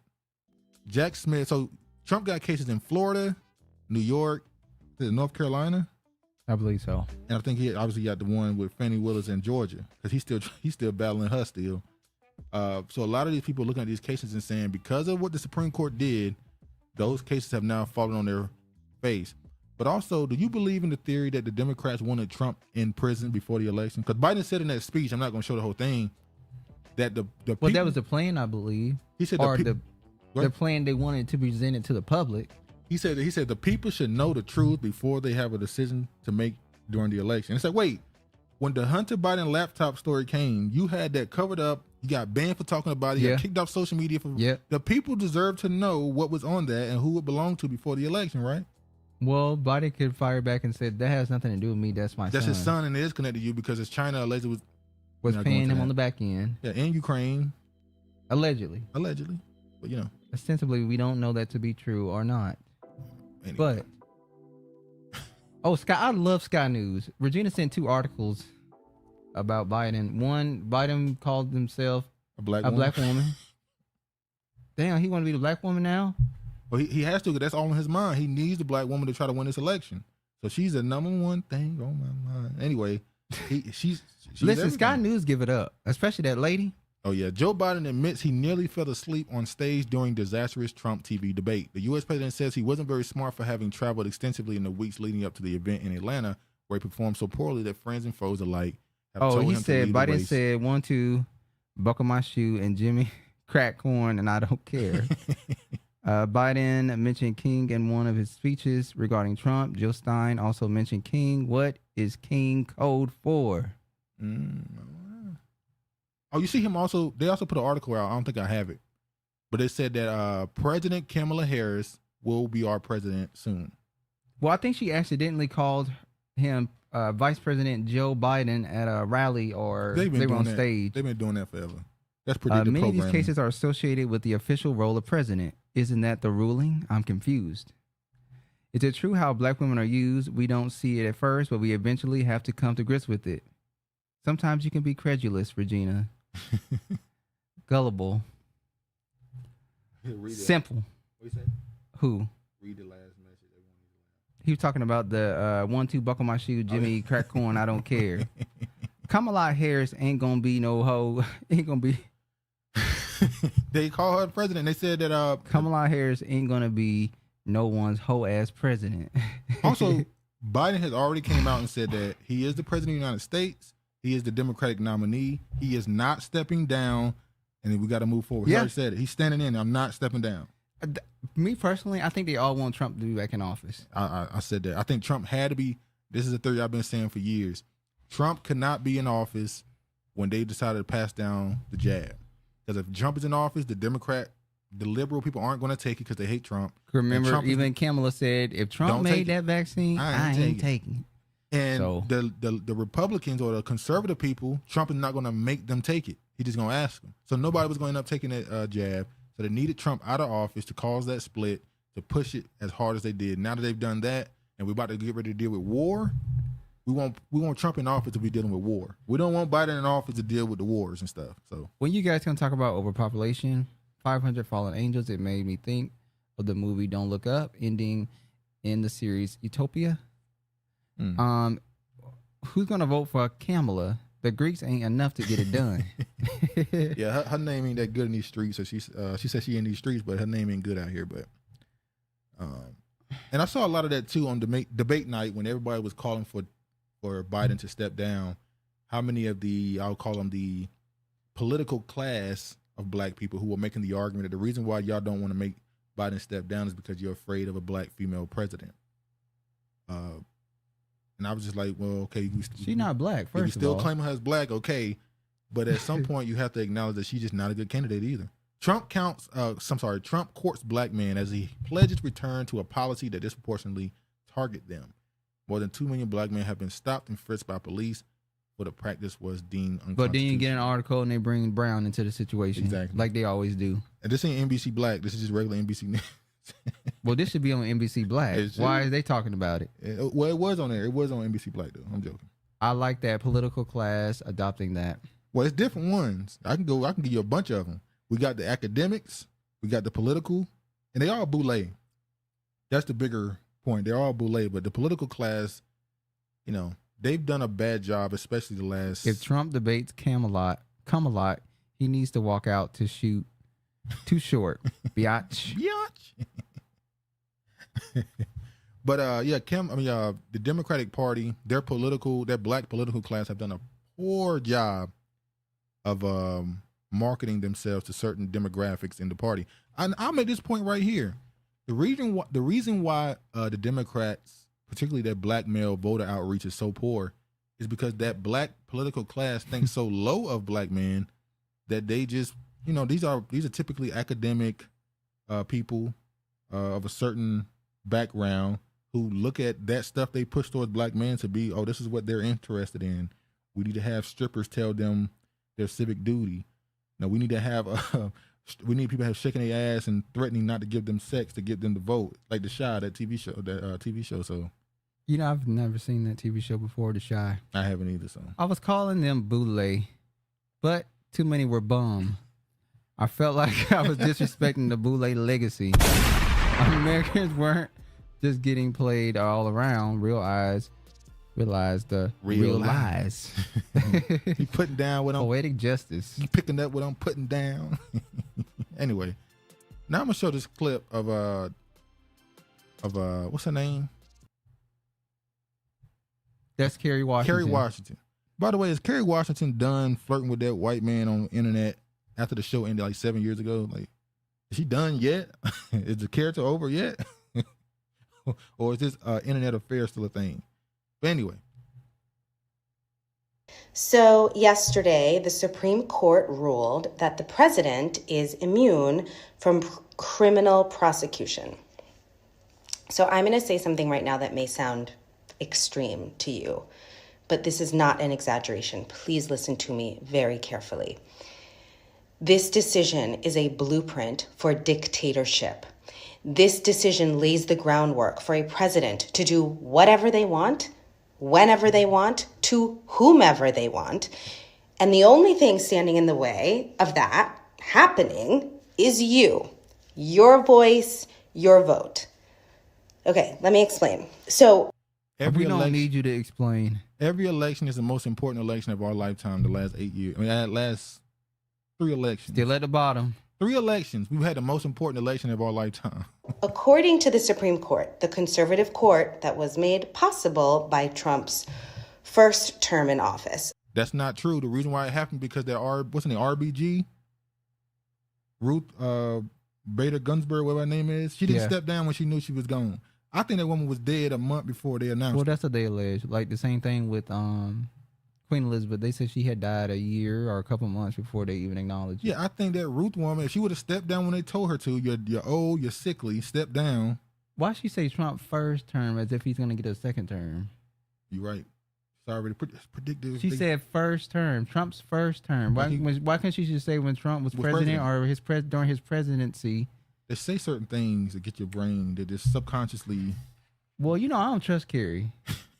Ever since, you know, she did all that shit in Say the Last Dance, and we were totally against her Say the Last Dance. We knew her spirit wasn't right. We knew she was faking. Leave that white girl alone. Leave that white girl alone. She a nice girl. She love him. She miss her mama. Go ahead. Have you ever seen Carrie's series called Unprisoned with Delroy? Yeah, I think that's the movie where her father, did he get out of prison? And she got a kid with like some biracial dude or something? Or she got a biracial kid? I think we saw the trailer for it. Her dad is like, I forgot if he went to prison or something. Anyway. She says that Carrie's in the same box as Taraji with me. Don't trust her either. Damn, Taraji. Shut up and keep acting zaddy loving ass bedwitch.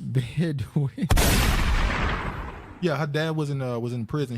It reminds me of that TV show with Honorable Sienna says, the comedian. we don't need any more acting from her. The East African. Yeah. Say it again. The comedian that no one liked, the female comedian. Tiffany Haddish. Tiffany Haddish. Remember that movie? She did a TV show with Tracy Morgan, where he was a dude she was dating. He went to prison. When he got out of prison, she was dating a white dude, but she still, I think she had a kid with him or not. Maybe she didn't have no kid, but she still was trying to help him when he got out of prison. But she was now dating a white dude. Really? Yeah.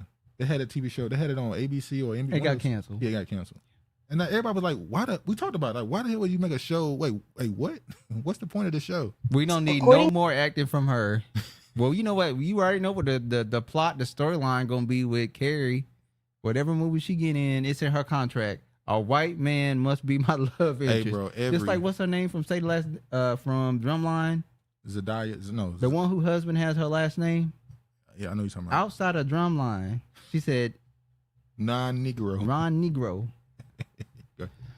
I started that one with the hub, but never finished it.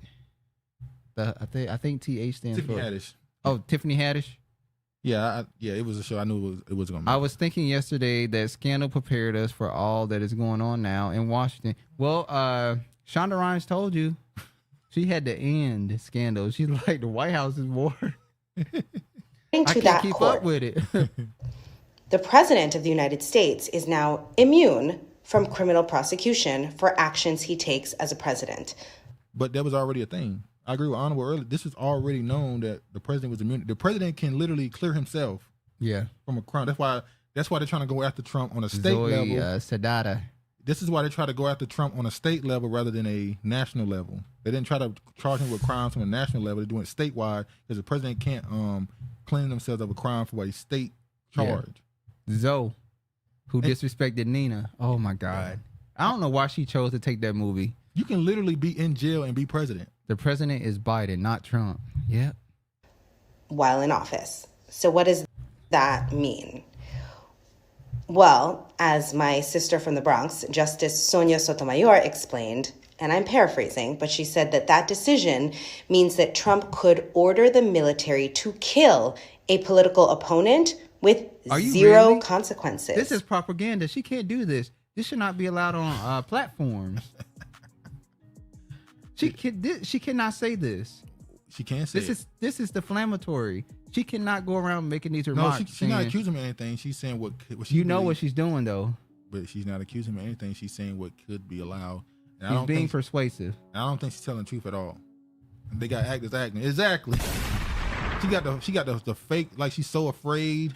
She got the fear face, the hand gestures she's doing. Like I need to hop online and as an actor and teach these people about their politics and how to understand how the system works. I'm here for having a president run the country from prison. That would change the prison system in this nation. You can 100% have a president in jail and be president. He would do that too. He would do it too. He'd be walking through the street. Playing locked up, won't let me out. Yeah. That's some crazy. It's the lips. She's the female Michael B. Jordan in the face. Damn. She do like him. That's crazy. You're no emotional at all expression at all. Don't want to show this. She was getting emotional towards the end. I don't even know if I want to show this. This is basically a rally for what's her name? But for who? What's it? Ilhan Omar. Oh, she at it again. But this dude got up there and basically said, this is what the translation said, that he basically up there saying that this is not an American issue. This is a Somali issue. That happens to be in America. And it's like, wait, why are you in America talking about a Somali issue? I don't understand. She was acting towards the end. She was doing her thing, I guess.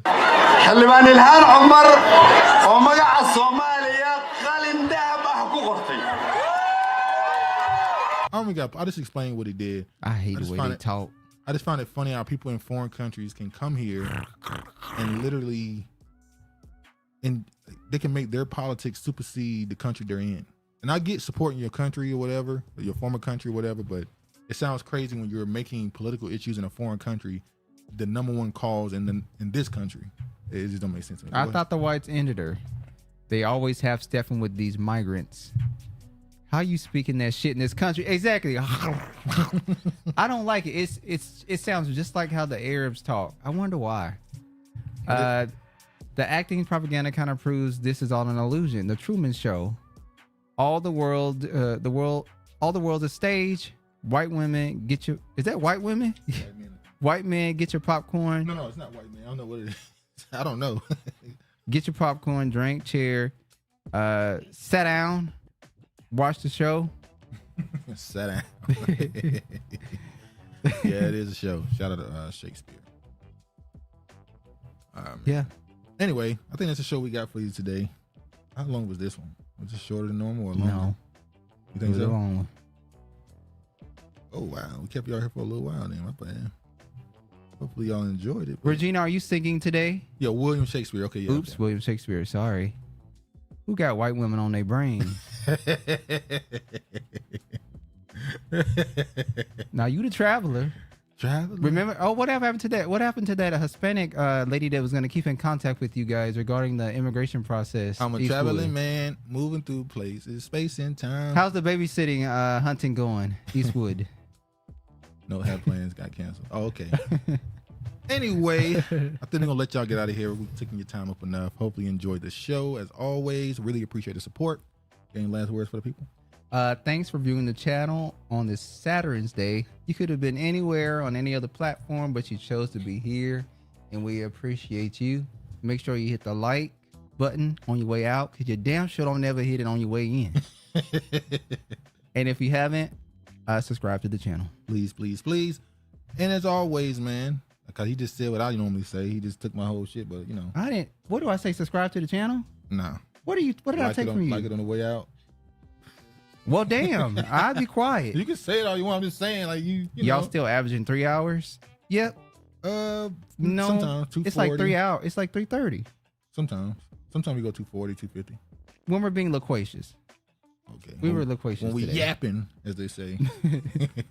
Anyway, man, he said all I need to say. Y'all be sure to be safe. As always, all praise to the Most High. And peace, man.